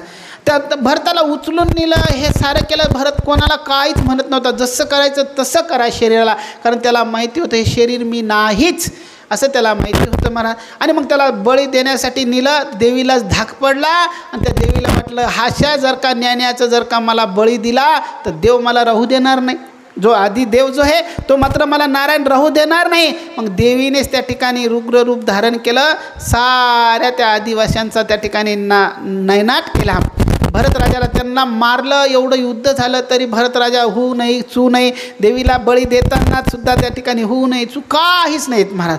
आणि मग जड भरत राजा येऊन त्या ठिकाणी तपश्चर्या साधना करत बसला होता झाडाखाली. आणि त्या ठिकाणी सांगतात महाराज, मग जे होते ना महाराज, त्याने एक राहुगण नावाचा राजा होता. तो आपल्या गुरुजींकडे मात्र ज्ञान प्राप्त करण्यासाठी चालला होता. जात असताना मात्र त्याचे जे कहार जे होते ना ते मात्र थकलेले होते महाराज. त्याच्यामधला एक कहार थकला. आणि थकल्याच्या नंतर तो कहार जो होता, बाकीचे म्हटले महाराज हा थकला, हा चाला ना, याला चालणं होईना. तर राजाने सांगितलं ही जी प्रजा आहे ना सारीच माझी सेवक आहे, कोणी जो भेटन त्याला घेऊन या असं म्हटल्याच्या नंतर हे बाबा त्या झाडाखाली बसलेले होते आणि बसलेले असताना मग त्या ठिकाणी याला नेलं, त्या पालखीला जोडलं. पालखीला जोडल्याच्या नंतर भरत चालत असताना त्या ठिकाणी पुढे जर मुंगी आला तर उडी मारायचा महाराज. आणि उडी मारला का त्या पालखी वर उडायची. पालखी उडाली की त्या ठिकाणी राजासुद्धा वर उडायचा आणि राजाच्या डोक्याला ती पालखी लागायची. असं बऱ्याच वेळेस झालं महाराज. मग राजा सांगितलं, राजा म्हणत आहे का रे तुम्हाला नीट चालता येत नाही का? ते बाकीचे कार म्हटले महाराज आम्ही नीट चालतो, पण हा जो नवीन आहे ना हा सोयीनं चालत नाही. असं म्हटल्याच्या नंतर त्या ठिकाणी राहुगण जो होता आहे ना, सिंधू देशाचा जो राहुगण राजा जो होता ना, तो म्हटला तुला मी दंड करीन, सोयीनं चाल. एवढा मोठा धष्टपुष्ट दिसतो, सोयीनं चालता येत नाही का? असं म्हटल्याच्या नंतर जो जड भरत राजा कधीच बोलला नाही, तो राजा मात्र आज त्याने तोंड उघडलं आणि तो विचार करत आहे, मी आज जर बोललो नाही तर लोक म्हणतील बघा एवढा मोठा ज्ञानी जड भरत त्याने मात्र राहुगणाची पालखी आपल्या खांद्यावर वाहिली आणि राहुगण मात्र तसाच आडानी राहिला, असे लोक विचार करतील. म्हणून त्या ठिकाणी भरताने आज तोंड उघडलं आणि उघडल्याच्या नंतर भरत त्याला म्हणत आहे कोणाला दंड देणार, कोणाला शिक्षा करणार तुम्ही?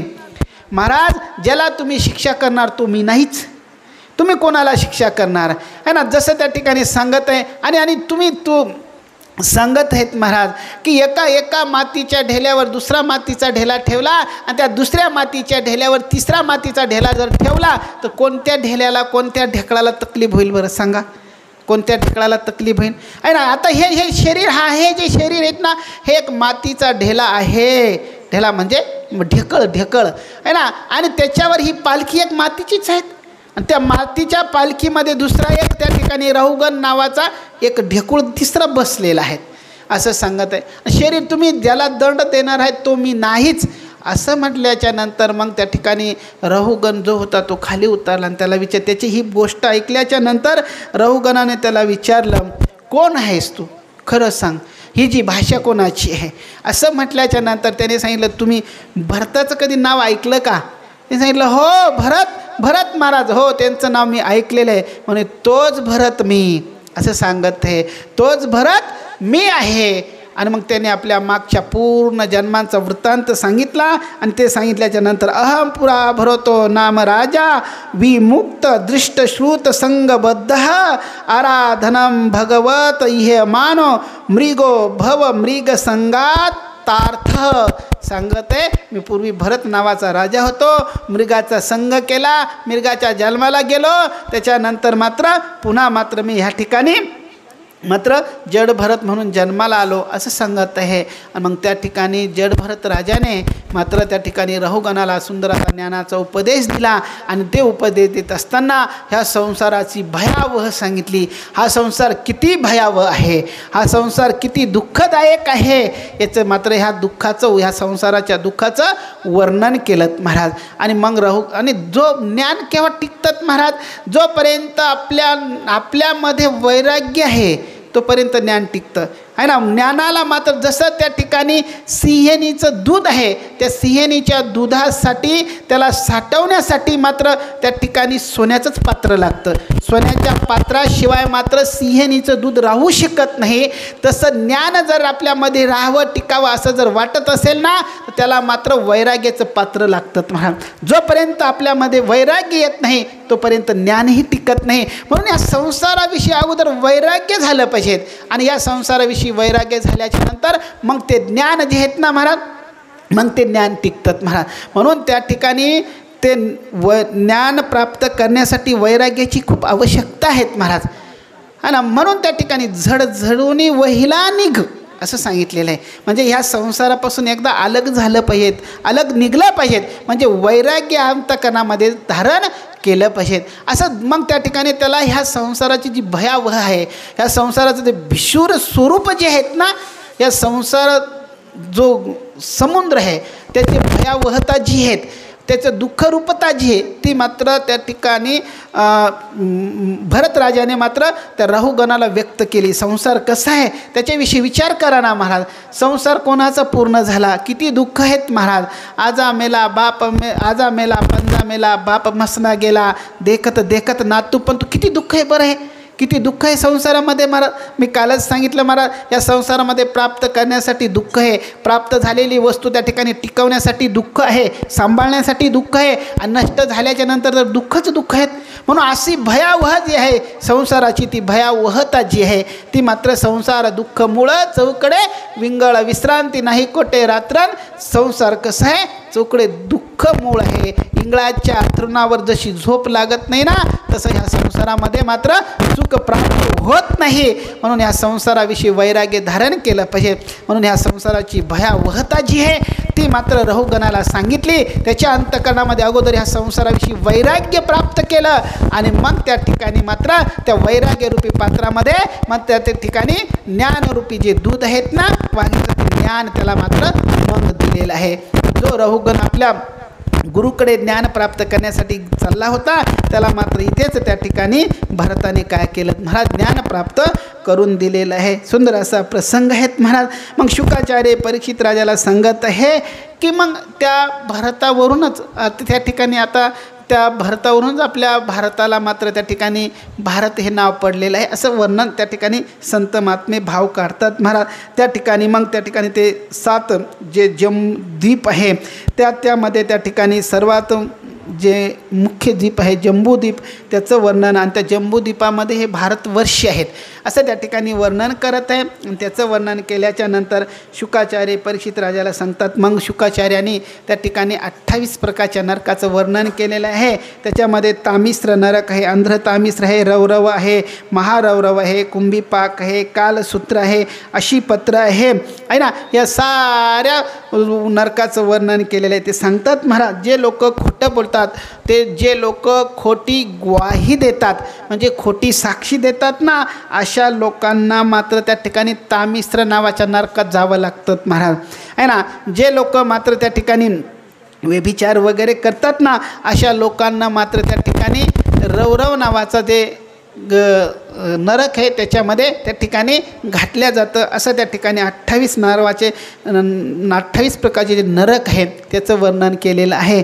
त्याच्यामध्ये पुन्हा त्या ठिकाणी कुंभीपाक नावाचा नरक आहे. त्या कुंभीपाक नावाच्या नरकाचं काय आहे तर त्या ठिकाणी सांगतात महाराज, जे हे काय करतात की जे लोक त्या ठिकाणी व्यभिचार वगैरे करतात तर सांगतात मोठी भट्टी असती, त्या भट्टीवर जवळजवळ 100 मन तेल उकळेल अशी एवढी मोठी कढाई असते, तिथे 100 मन तेल असं उकळत असतं आणि मग त्या ठिकाणी मात्र त्या व्यक्तीला त्या तेलामध्ये टाकल्या जातं असं त्या ठिकाणी वर्णन करतात. ह्या नरकाचं वर्णन केलेलं आहे. ह्या नरकाचं विस्तरित वर्णन गरुड पुराणामध्ये खूप सुंदर दिलेलं आहे महाराज.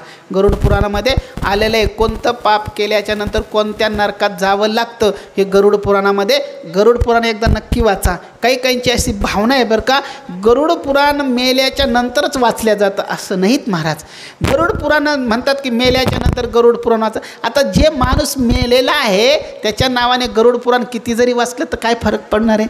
पण त्याचा अर्थ असा आहे, तो मेलेल्या माणसाच्या नावाने जर गरुड पुराण जर वाचलं तर जे ऐकणारे जे जिवंत आहेत ना ते तरी सुधरतील ह्या हिशोबाने मात्र गरुड पुराण लावलं जातं. गरुड पुराण एकदा जरूर ऐकात महाराज. त्याच्यामध्ये विस्तृत नरकाचं वर्णन मात्र त्या ठिकाणी दिलेलं आहे. आणि मग अशा प्रकारे त्या ठिकाणी 28 नरकाचं त्या ठिकाणी वर्णन केलेलं आहे. आणि वर्णन केल्याच्या नंतर पुढे मात्र मग 6वा जो अध्याय आहे स्कंद आहे त्या 6व्या स्कंदामध्ये त्या ठिकाणी मात्र नामाचं महत्त्व काय आहे त्याचं प्रतिपादन केलेलं आहे. आणि नामाचं महत्त्व प्रतिपादन करत असताना सांगतात महाराज की एक पंडितजी होते, आजामेळ नावाचा ब्राह्मण होता आणि तो संध्यावंदना करत होता. आणि संध्या करत असताना एक दिवस संध्यासाठी असा बगीच्यामध्ये फुल आणण्यासाठी गेला. बगीच्यामध्ये फुल आणण्यासाठी गेलेला असताना त्याने मात्र एका यौवनाचा एका स्त्रीशी संबंध होताना पाहिला, म्हणजे एका वेश्याशी संबंध होताना पाहिला. आणि ते पाहिल्याच्या नंतर त्याचं आकर्षण त्या स्त्रीविषयी झालं असं वर्णन करतात. घरी आल्याच्या नंतर त्याने मनाला खूप समजावून सांगण्याचा प्रयत्न केला. मनाला खूप समजवलं पण मन मात्र ऐकायला तयार नव्हतं. त्याच्या बायकोनेही त्याला समजून सांगितलं तरी त्याची त्या ठिकाणी मन ऐकायला तयार नव्हतं महाराज. त्याच्या नातेवाईकांनीही त्याला समजून सांगितलं पण त्या ठिकाणी त्याने सुद्धा आपल्या मनाला खूप समजून सांगितलं, कारण तो संध्यावंदना करणारा विद्वान ब्राह्मण होता, अजामेळ नावाचा जो ब्राह्मण होता. पण त्याच्या डोळ्याने होताना ते पाप पाहिलं. म्हणून मी काल सांगितलं होतं महाराज, माणसाने काय केलं पाहिजे, इंद्रियांना आपल्या ताब्यात ठेवलं पाहिजेत. कारण माणसाच्या अंतःकरणामध्ये पाप घुसण्यासाठी मुख्य 2 इंद्रिय, एक श्रोत्र इंद्रिय आणि एक मात्र चक्षुर इंद्रिय आहे. डोळ्यांनी होताना पाहिलं आणि ते मनामध्ये बसलं महाराज.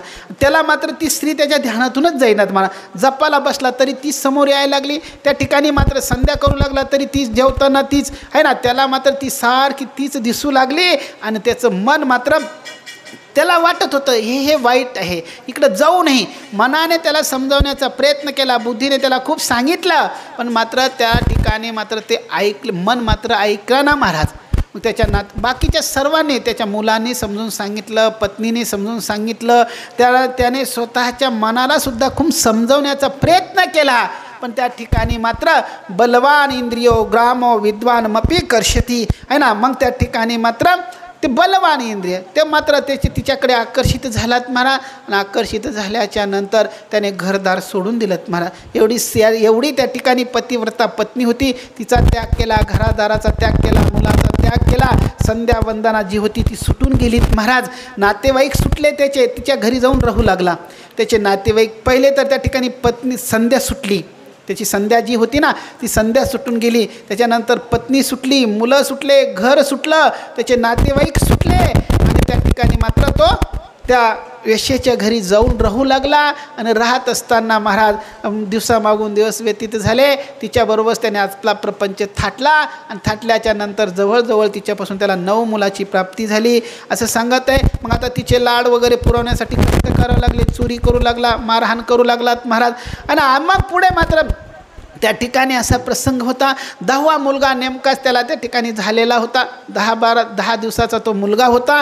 आणि त्या ठिकाणी एक संतांची मंडळी दिंडी त्या ठिकाणावरून जात होती. आणि ती जात असताना महाराज असा प्रसंग आहे की नेमका त्या ठिकाणी संध्याकाळची वेळ होती, पाऊस येऊ लागला. म्हणून त्या ठिकाणी त्या साधूंनी काय केलं, मला त्याच्या घराचा आश्रय घेतला. घराचा आश्रय घेतल्याच्या नंतर त्याच्या घरी गेले. घरी गेल्याच्या नंतर आता पाऊस येऊ लागला, रात्रीचा टाईम होता, म्हणून त्या ठिकाणी ते तिथेच मुक्कामाला राहिले. आणि मग त्या ठिकाणी रात्रीला त्या बाईने त्यांना मात्र शिदा वगैरे दिला, त्यांनी स्वयंपाक वगैरे केला. स्वयंपाक केल्याच्या नंतर आता सकाळी जाऊ लागले. तर त्या महात्म्याला वाटलं एवढे बाईने आपल्याला रात्रभर आश्रय दिला, खाण्यासाठी अन्न दिलं, आणि त्या ठिकाणी आपण हिला काहीतरी दिलं पाहिजे. आणि मग त्या ठिकाणी सकाळी उठून जात असताना त्यांनी त्याची विचारपूस केली. तिने सांगितलं, महाराज मला आता 10वा मुलगा आहे, 10-12 दिवसाचा झालेला आहे. आणि असं म्हटल्याच्या नंतर तिने सांगितलं, मग तुम्ही मला एवढं जेवण दिलं, कारण साधूला जेवण दिल्याच्या नंतर साधाला त्या ठिकाणी दक्षिणारूपी वटकन लावाच लागतं आहे ना. आपल्याकडं नाही एवढी प्रथा, पण UPमध्ये घरी सांगितल्याच्या नंतर जेवायला आमंत्रित केल्याच्या नंतर दक्षिणा द्यावं लागते. आणि दक्षिणा दिली मग जे असो त्या ठिकाणी 1 रुपया 10 रुपये जी आपली योग्यता आहे ती दिली पाहिजे. ती दिल्याच्या नंतर मात्र ते अन्न त्या ठिकाणी ते काय होत असतं, फलीभूत होत असतं. असा प्रसंग आहे. मग त्याने सांगितलं, मला रात्री तू अन्न खाऊ घातलं आणि त्या ठिकाणी तू मात्र आम्हाला दक्षिणा दिलीच नाही. तिने सांगितलं, महाराज उगा माझा नवरा घरी नाही म्हणून तुम्हाला अन्न दिलं, तुमच्या पसली ती झोळीमध्ये जे काही असेल ना आहे ना चिल्लर वगैरे तीच माझ्या नवऱ्याने हिसकून घेतली असती, तो घरी नाही म्हणून बरं झालं, कुणी दक्षिणा देऊ तुम्हाला, असं त्या ठिकाणी ती म्हणू लागली. आणि त्या ठिकाणी मग तिने महाराज सांगतात, आम्हाला तुझ्यापासलं द्रव्य वगैरे काही नको, आता तुला मुलगा झाला ना, एक काम कर, माझं एवढीच दक्षिणा दे की त्याचं नाव मात्र नारायण ठेव. असं म्हटल्याच्या नंतर त्या ठिकाणी तिने सांगितलं, ठीक आहे महाराज, तुम्ही सांगतात तर मी मात्र त्याचं नाव नारायण ठेवीन. आणि मग ते साधूला तिने वचन दिलं. साधू महाराज निघून गेलेत महाराज. आणि मग तिने मात्र त्या ठिकाणी त्या आजामेळ जो होता, आता आजामेळ आता तिच्यासाठी सारस सोडलेलं होतं, तिच्या पुढं जातच नव्हता महाराज आहे ना. मागचीच्या पुढं सरासरी जातच नाहीत महाराज. माणसं जे आहेत ना महाराज आहे ना, ते आता जाऊ दे, आपला विषय तो लांबून जाईन महाराज आहे ना. वेळ बी नाही राहिलीत महाराज. खरं जास्त लोक कोणाचं ऐकतात बरं, खरं सांगा बरं, कोणाचं ऐकतात बरं, पहिलीचं का मागचीचं? ज्याला आहे ते सांगा आहे का नाही. लक्ष द्या, असं द्या, तुमचा विषय तुमच्यापाशी. मला एवढंच सांगायचं आहे की त्या ठिकाणी कारण ती विशेषता आहे ती. आणि तिच्या पुढे मात्र तो जात नव्हता. तिने सांगितलं नाही याचं नाव नारायण ठेवायचं. ते म्हणले तुला आवडतं ना नारायण तर ठेव, पण आता ते शेंडेफळ होतं महाराज, आणि शेंडेफळ असल्यामुळं त्याचा जीव त्याच्यावर जास्त होता. लहान पोरावर जास्त जीव असतो, लहान मुलामध्ये शेवटचं असल्यामुळे. आणि मग त्या ठिकाणी मग बाहेरून आला का, नारायण जेवला का, नारायण झोपला का, नारायण कसं आहे मला भेटलाच नाही, नारायण सारखं नारायण नारायण नारायण त्याच्या तोंडामध्ये. कुठं बी जायचं असलं का नारायणला जीव लाव, नारायणला खाऊ घाल, नारायणला झोपी लाव, मी येईपर्यंत नारायणला झोपू देऊ नको, मी त्याच्यासाठी नारायणसाठी काहीतरी घेऊन येतो, सारखं नारायण नारायण चालू होतं महाराज. असं करता करता जवळजवळ 88 वर्षाचा तो झाला. कोण? 88 वर्षाचा झाल्याच्या नंतर त्याला हे मुलगं झालेलं होतं महाराज. आणि आता ते पोरगं थोडंसं मोठं झालं, खेळू लागलं महाराज, 5-6 वर्षाचं झालं. पण त्या ठिकाणी त्याच्या तोंडामध्ये सारखं नारायण, अरे नारायण चाल जेवायला, अरे नारायण मी तुझ्यासाठी बाजारातून हे आणलं, अरे नारायण चल, असं सारखं नारायण नारायण नारायण नारायण करू लागलात महाराज. आणि मग शेवटचा काळ आला, आथरुणावर पडला तरी नारायण कुठं गेला, नारायण मला सकाळचा दिसलाच नाही, नारायण मला पाणी दे, असं म्हणू लागलात महाराज. आता ते पोरगं 5 वर्षाचं होतं, बाहेर खेळत होतं. अंतकाळ जवळ आला आणि त्या ठिकाणी पुत्राच्या मोहाने तो म्हणू लागला, नारायणा ए नारायण, असं पोराला आवाज देऊ लागला. आणि तेवढ्यात मात्र त्याचा जीव गेला. जीव गेल्याच नंतर असा प्रसंग आहेत महाराज. जीव गेल्याच्या नंतर आता त्या ठिकाणी त्याला घेण्यासाठी कोण आले होते? यमदूत आलेले होते. आणि नारायण हे आवाज दिल्याच्या नंतर यमदूताबरोबर त्या ठिकाणी लगेच मात्र भगवंताचे पार्षद पण आले. आता त्या पार्षदामध्ये आणि त्या यमदूतामध्ये भांडण लागलं. पार्षद म्हणू लागले, भगवंताचे पार्षद म्हणू लागले, हे आमचं गिराईक आहे. त्या ठिकाणी त्या यमाचे धर्मराजाचे ते यमदूत म्हणू लागले, हे आमचं गिराईक आहे. त्यांनी सांगितलं नाही नाही, याचा 7-12 पहा, याचा 7-12 पहा की याने मात्र आत्तापर्यंत काय काय केलं आहे ना, कोणाकोणाचे नावं 7-12वर उतरतात पहा, आहे का नाही. असं म्हटल्याच्या नंतर त्या ठिकाणी त्यांनी बरोबर आहे, यांचा 7-12 जरी पाहिला तर याने मात्र देवाचं जे नाव नाही घेतलं, याने आपल्या पोराचं नाव नारायण घेतलं असं सांगितलं. असं ते यमदूत सांगत आहे. म्हणजे पोराच्या उद्देशाने त्याने नारायण नाव घेतलेलं आहे, देवाचं नारायणाचं नाव नाही घेतलं. यमदूताला त्या ठिकाणी भगवंताच्या पार्श्वाला यमदूत सांगू लागले. त्यावेळेस त्यांनी सांगितलं, खरं सांगावं अगोदर त्या ठिकाणी देव आहे, त्या ठिकाणी आजा सांगितलं देव. मग देवाचं नाव अगोदर आहे की याच्या पोराचं नाव अगोदर आहे? नारायणाचं नाव कसं अनादी आहेत महाराज, नारायणाचं नाव. मग नारायणाचं नाव अगोदरचं आहे. आता त्या नारायणाचं नाव याने याच्या पोराला ठेवलं, त्याला आमचा काय दोष आहेत? म्हणून त्या ठिकाणी त्याला सांगतात महाराज, यांनी मात्र आमच्या नारायणाचंच नाव घेतलेलं आहे, कारण नारायणाचं नाव याच्या पोराच्या अगोदरचं आहे. आणि त्या ठिकाणी मग त्या ठिकाणी यमदूतांना त्या ठिकाणी ते नामाचं महत्त्व समजून सांगतात. आणि मग त्या ठिकाणी यमदूतांचं त्या भगवंताच्या पार्षदाचा तो वाद संवाद ऐकल्याच्या नंतर आजामेळ मात्र त्या ठिकाणी शहाणा होतो, आहे ना. आणि शहाणा झाल्याच्या नंतर मग आजामेळ जो होता, उर्वरित जे जीवन आहेत ना महाराज, ते उर्वरित जीवन तो मात्र त्या ठिकाणी पूर्ण भगवंताच्या त्या भक्तीमध्ये नामस्मरणामध्ये घालवतो आणि आपला उद्धार करून घेतो. असं नामाचं महत्त्व आहे. हा 6वा जो स्कंध आहे, त्या नामाचं महत्त्व सांगण्यासाठी ह्या ठिकाणी त्याचं प्रतिपादन केलेलं आहे. वेळ झाली, 10 मिनटं राहिलेत, आहे का नाही. 10 मिनटामध्ये आपण भगवंताचा जन्म करू, आहे का नाही. मग उद्या लीला वगैरे पाहता येईल. त्याच्यानंतर पुढे मात्र 7व्या स्कंदामध्ये हा जो 7वा स्कंद जो आहे तो युती स्कंद आहे, म्हणजे स्मरण. त्याच्या युती म्हणजे स्मरण महाराज. तर त्या ठिकाणी मात्र ह्या 7व्या स्कंदामध्ये ते वर्णन करत असताना त्या ठिकाणी सांगतात महाराज, शुकाचार्य जे आहे परीक्षित राजाला सांगत आहे, त्या 7व्या स्कंदाच्या वेळेस त्या ठिकाणी शिशुपालाच्या वर्णन करत आहे. 7व्या स्कंदामध्ये त्या ठिकाणी परत भक्त प्रल्हादाचं सुंदर असं चरित्राचं वर्णन करत आहे. आणि भक्त प्रल्हादाचे, कारण त्या ठिकाणी भक्त प्रल्हादाचं नाव घेतलं तर त्याच्या ठिकाणी मात्र हिरण्यकश्यपूचं त्या ठिकाणी स्मरण होतं. त्याचबरोबर त्या ठिकाणी भक्त प्रल्हादाला उपदेश करणारे जे नारद आहे, त्या नारदाचं स्मरण होतं. म्हणून त्या ठिकाणी स्मरण म्हणजे त्या ठिकाणी स्मृती जी आहेत, तर त्याचं नाव आहे. याचं लक्षण काय? युती.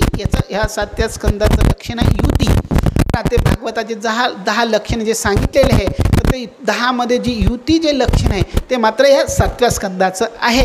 आणि भक्त प्रल्हादाचं नाव घेतलं तर साऱ्यांचं स्मरण होतं, असं त्या ठिकाणी त्यांना सांगायचं आहे. आणि मग त्या ठिकाणी भक्त प्रल्हादाचं चरित्र 7व्या स्कंदामध्ये सुंदर असं वर्णन केलेलं आहे. आणि मग त्याच्यानंतर पुढे मात्र 8व्या स्कंदामध्ये बली महाराज जे आहेत, याचाच पौत्र जो आहे भक्त प्रल्हादाचा पौत्र बली, त्या बलीच्या यज्ञाचं वर्णन येतं. त्याच्या यज्ञामध्ये भगवंत वामनाचा अवतार धारण करून त्याच्या यज्ञामध्ये त्या ठिकाणी जाऊन त्याच्याकडून 3 पायभूमी दान करून घेऊन त्या ठिकाणी बलीचाही उद्धार करतात. प्रसंग आहे 9व्या स्कंदामध्ये. त्या ठिकाणी मात्र अत्यंत संक्षिप्तपणा त्या ठिकाणी सूर्यवंशाचं वर्णन येतं आणि सूर्यवंशाचं वर्णन हे मात्र त्या ठिकाणी 9व्या स्कंदामध्ये पुन्हा त्या ठिकाणी मात्र संक्षिप्ताने चंद्रवंशाचं वर्णन केलेलं आहे. आणि त्या चंद्रवंशाच्या वर्णनामध्ये सांगतात महाराज की मग ययाती राजा झाला, ययात्याचा पुत्र त्या ठिकाणी यदू झाला, यदूचा पुत्र त्या ठिकाणी त्याच पिढीमध्ये पुढे देवमीड झाला आणि पर्जन्य असे त्या ठिकाणी मुलं होते. त्याच ठिकाणी आणि पर्जन्य जे होते त्या दोन एकीला अर्जन्य आणि पर्जन्य एकीला त्या ठिकाणी सूरसेन आणि नवनंद असं त्या ठिकाणी वर्णन केलेलं आहे. त्याचं वर्णन केल्याच्या नंतर अर्जन्य पर्जन्यापासून त्या ठिकाणी नवनंद झाले असं वर्णन करत आहे. पासून मात्र सूरसेन झाला आणि ते वर्णन केल्याच्या नंतर मग त्या सूरसेनापासून वासुदेव झाला. वासुदेवाला मात्र 7 पत्न्या झाल्या आणि 7 पत्न्यामध्ये प्रमुख ज्या ठिकाणी देवकी जी होती त्या गौरवी, रोहिणी, भद्रा, मदिरा, रोचिनाईला देवकी प्रमुख आसन पत्न्या अनक दुमदुबे असं वर्णन करत आहे. मग मुख्य त्या ठिकाणी देवकी होती. देवकीच्या 6 मुलांचा त्या ठिकाणी दुष्ट असणारा जो कंस आहे तो वध करतो. 7वा गर्भ भगवंत योगमायेने देवकीचा काढतात आणि वसुदेवाची त्या ठिकाणी 2 नंबरची जी पत्नी होती रोहिणी तिच्या गर्भामध्ये स्थापित करतात. 8व्यांदा भगवंत मग वसुदेवजी काय करतात म्हणा 8व्यांदा वैदी विद्याद्वारा देवकीच्या गर्भाची स्थापना करतात आणि मग त्या ठिकाणी 8व्या भगवंत देवकीच्या गर्भामध्ये येतात. सुंदर त्या ठिकाणी देवकीच्या गर्भात भगवंत आल्याच्या नंतर देवता लोक देवकीच्या गर्भाची सुंदर स्तुती करतात. सत्यव्रतम सत्यप्रियम सत्यम त्रिसत्यमची योनिम वगैरे त्या ठिकाणी असं वर्णन करत आहे. आणि ती स्तुती केल्याच्या नंतर दिवसामागून दिवस व्यतीत होतात. हळूहळू त्या ठिकाणी श्रवण मास येतो. श्रवण मासाची अष्टमी तिथी आहे. अष्टमी तिथीच्या दिवशी बुधवारचा दिवस आहे. बुधवारच्या दिवशी रोहिणी नक्षत्र आहे आणि रात्रीचे 12 वाजले. 12 वाजल्याच्या टायमाला चंद्रमा माथेला आलेला आहे आणि अशा अवस्थेमध्ये भगवंत त्या कंसाचा जो कारागृह होता त्या कारागृहामध्ये रात्री ठीक 12 वाजता वसुदेव देवकीच्या समोर काय होतात प्रगट होतात. कृष्णलाल की. मग त्या ठिकाणी वसुदेव देवकीच्या समोर प्रगट झाल्याच्या नंतर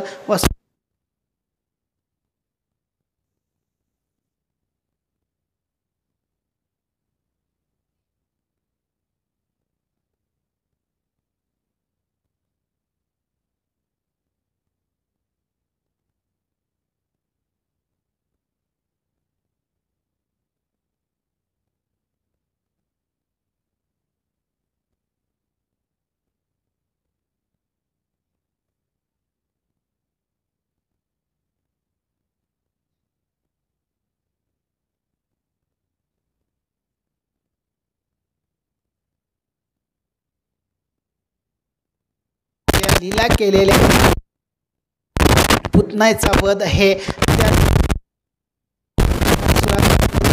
आगासूर बकासूर जे आहे त्यांचा तो वध आहे.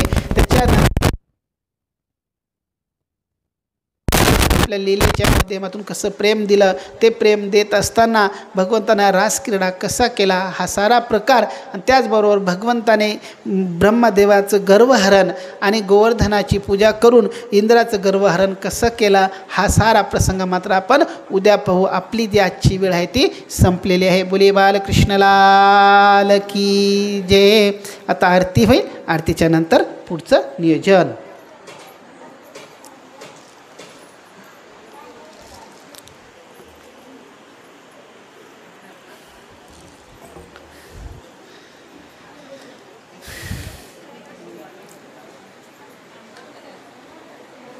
श्री भागवता आरती करो तुझ भगवंता. जय हो जय श्री भागवता आरती करो तुझ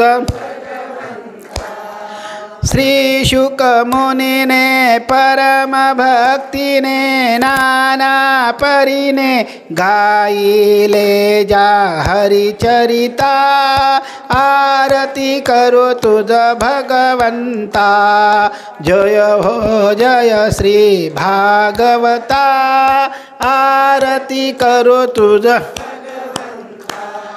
वेद तरोचे मधुर फळ सादुर सेजे स्वज्वळ आत्मा राम मुनी सकळ सेवनी झाले जन सुफळ पहा पर्वणी आली अवनी की अगहरणी भवजल तरणी ही पतिता आरती करू तुझ भगवंता जय हो जय श्री भागवता आरती येथे व्यासांची वाणी सार्थक हरि गुण गावोनी शास्त्र पुराणे मुकुट मनी परम प्रेमामृत जननी सहज सेविता भाविक भक्ता उदार दाता मोक्ष तत्वता देहाता आरती करो तुझ भगवंता जय हो जय श्री भागवता आरती करो तुझ गमते जनु मानस तीर्थ द्वादश सोपाने युक्त निर्मल भक्ति जले भरित विहरे हरिहंसची चित्त लोक सुकमळे संत द्विज कुळे सेवो निरमले भान हरपले रस पिता आरती करू तुझ जय हो जय श्री भागवता आरती करू तुझ अपार महिमा ग्रंथाचा वदवे नाको नासाचा प्राणची कीर्तन काचा मेवा कविवर संतांचा जनुबोधाचा स्वयं प्रभेचा द्वादश कळीचा रवी अंतरीचा तमहरता आरती करू तुझ जय हो जय श्री भागवता आरती करू तुझ ग्रंथ नव्हे हा श्रीकृष्ण गीते वेधी मन पूर्ण अनन्य होता या शरण संचित टाळे जन्म मरण त्रिताप जाती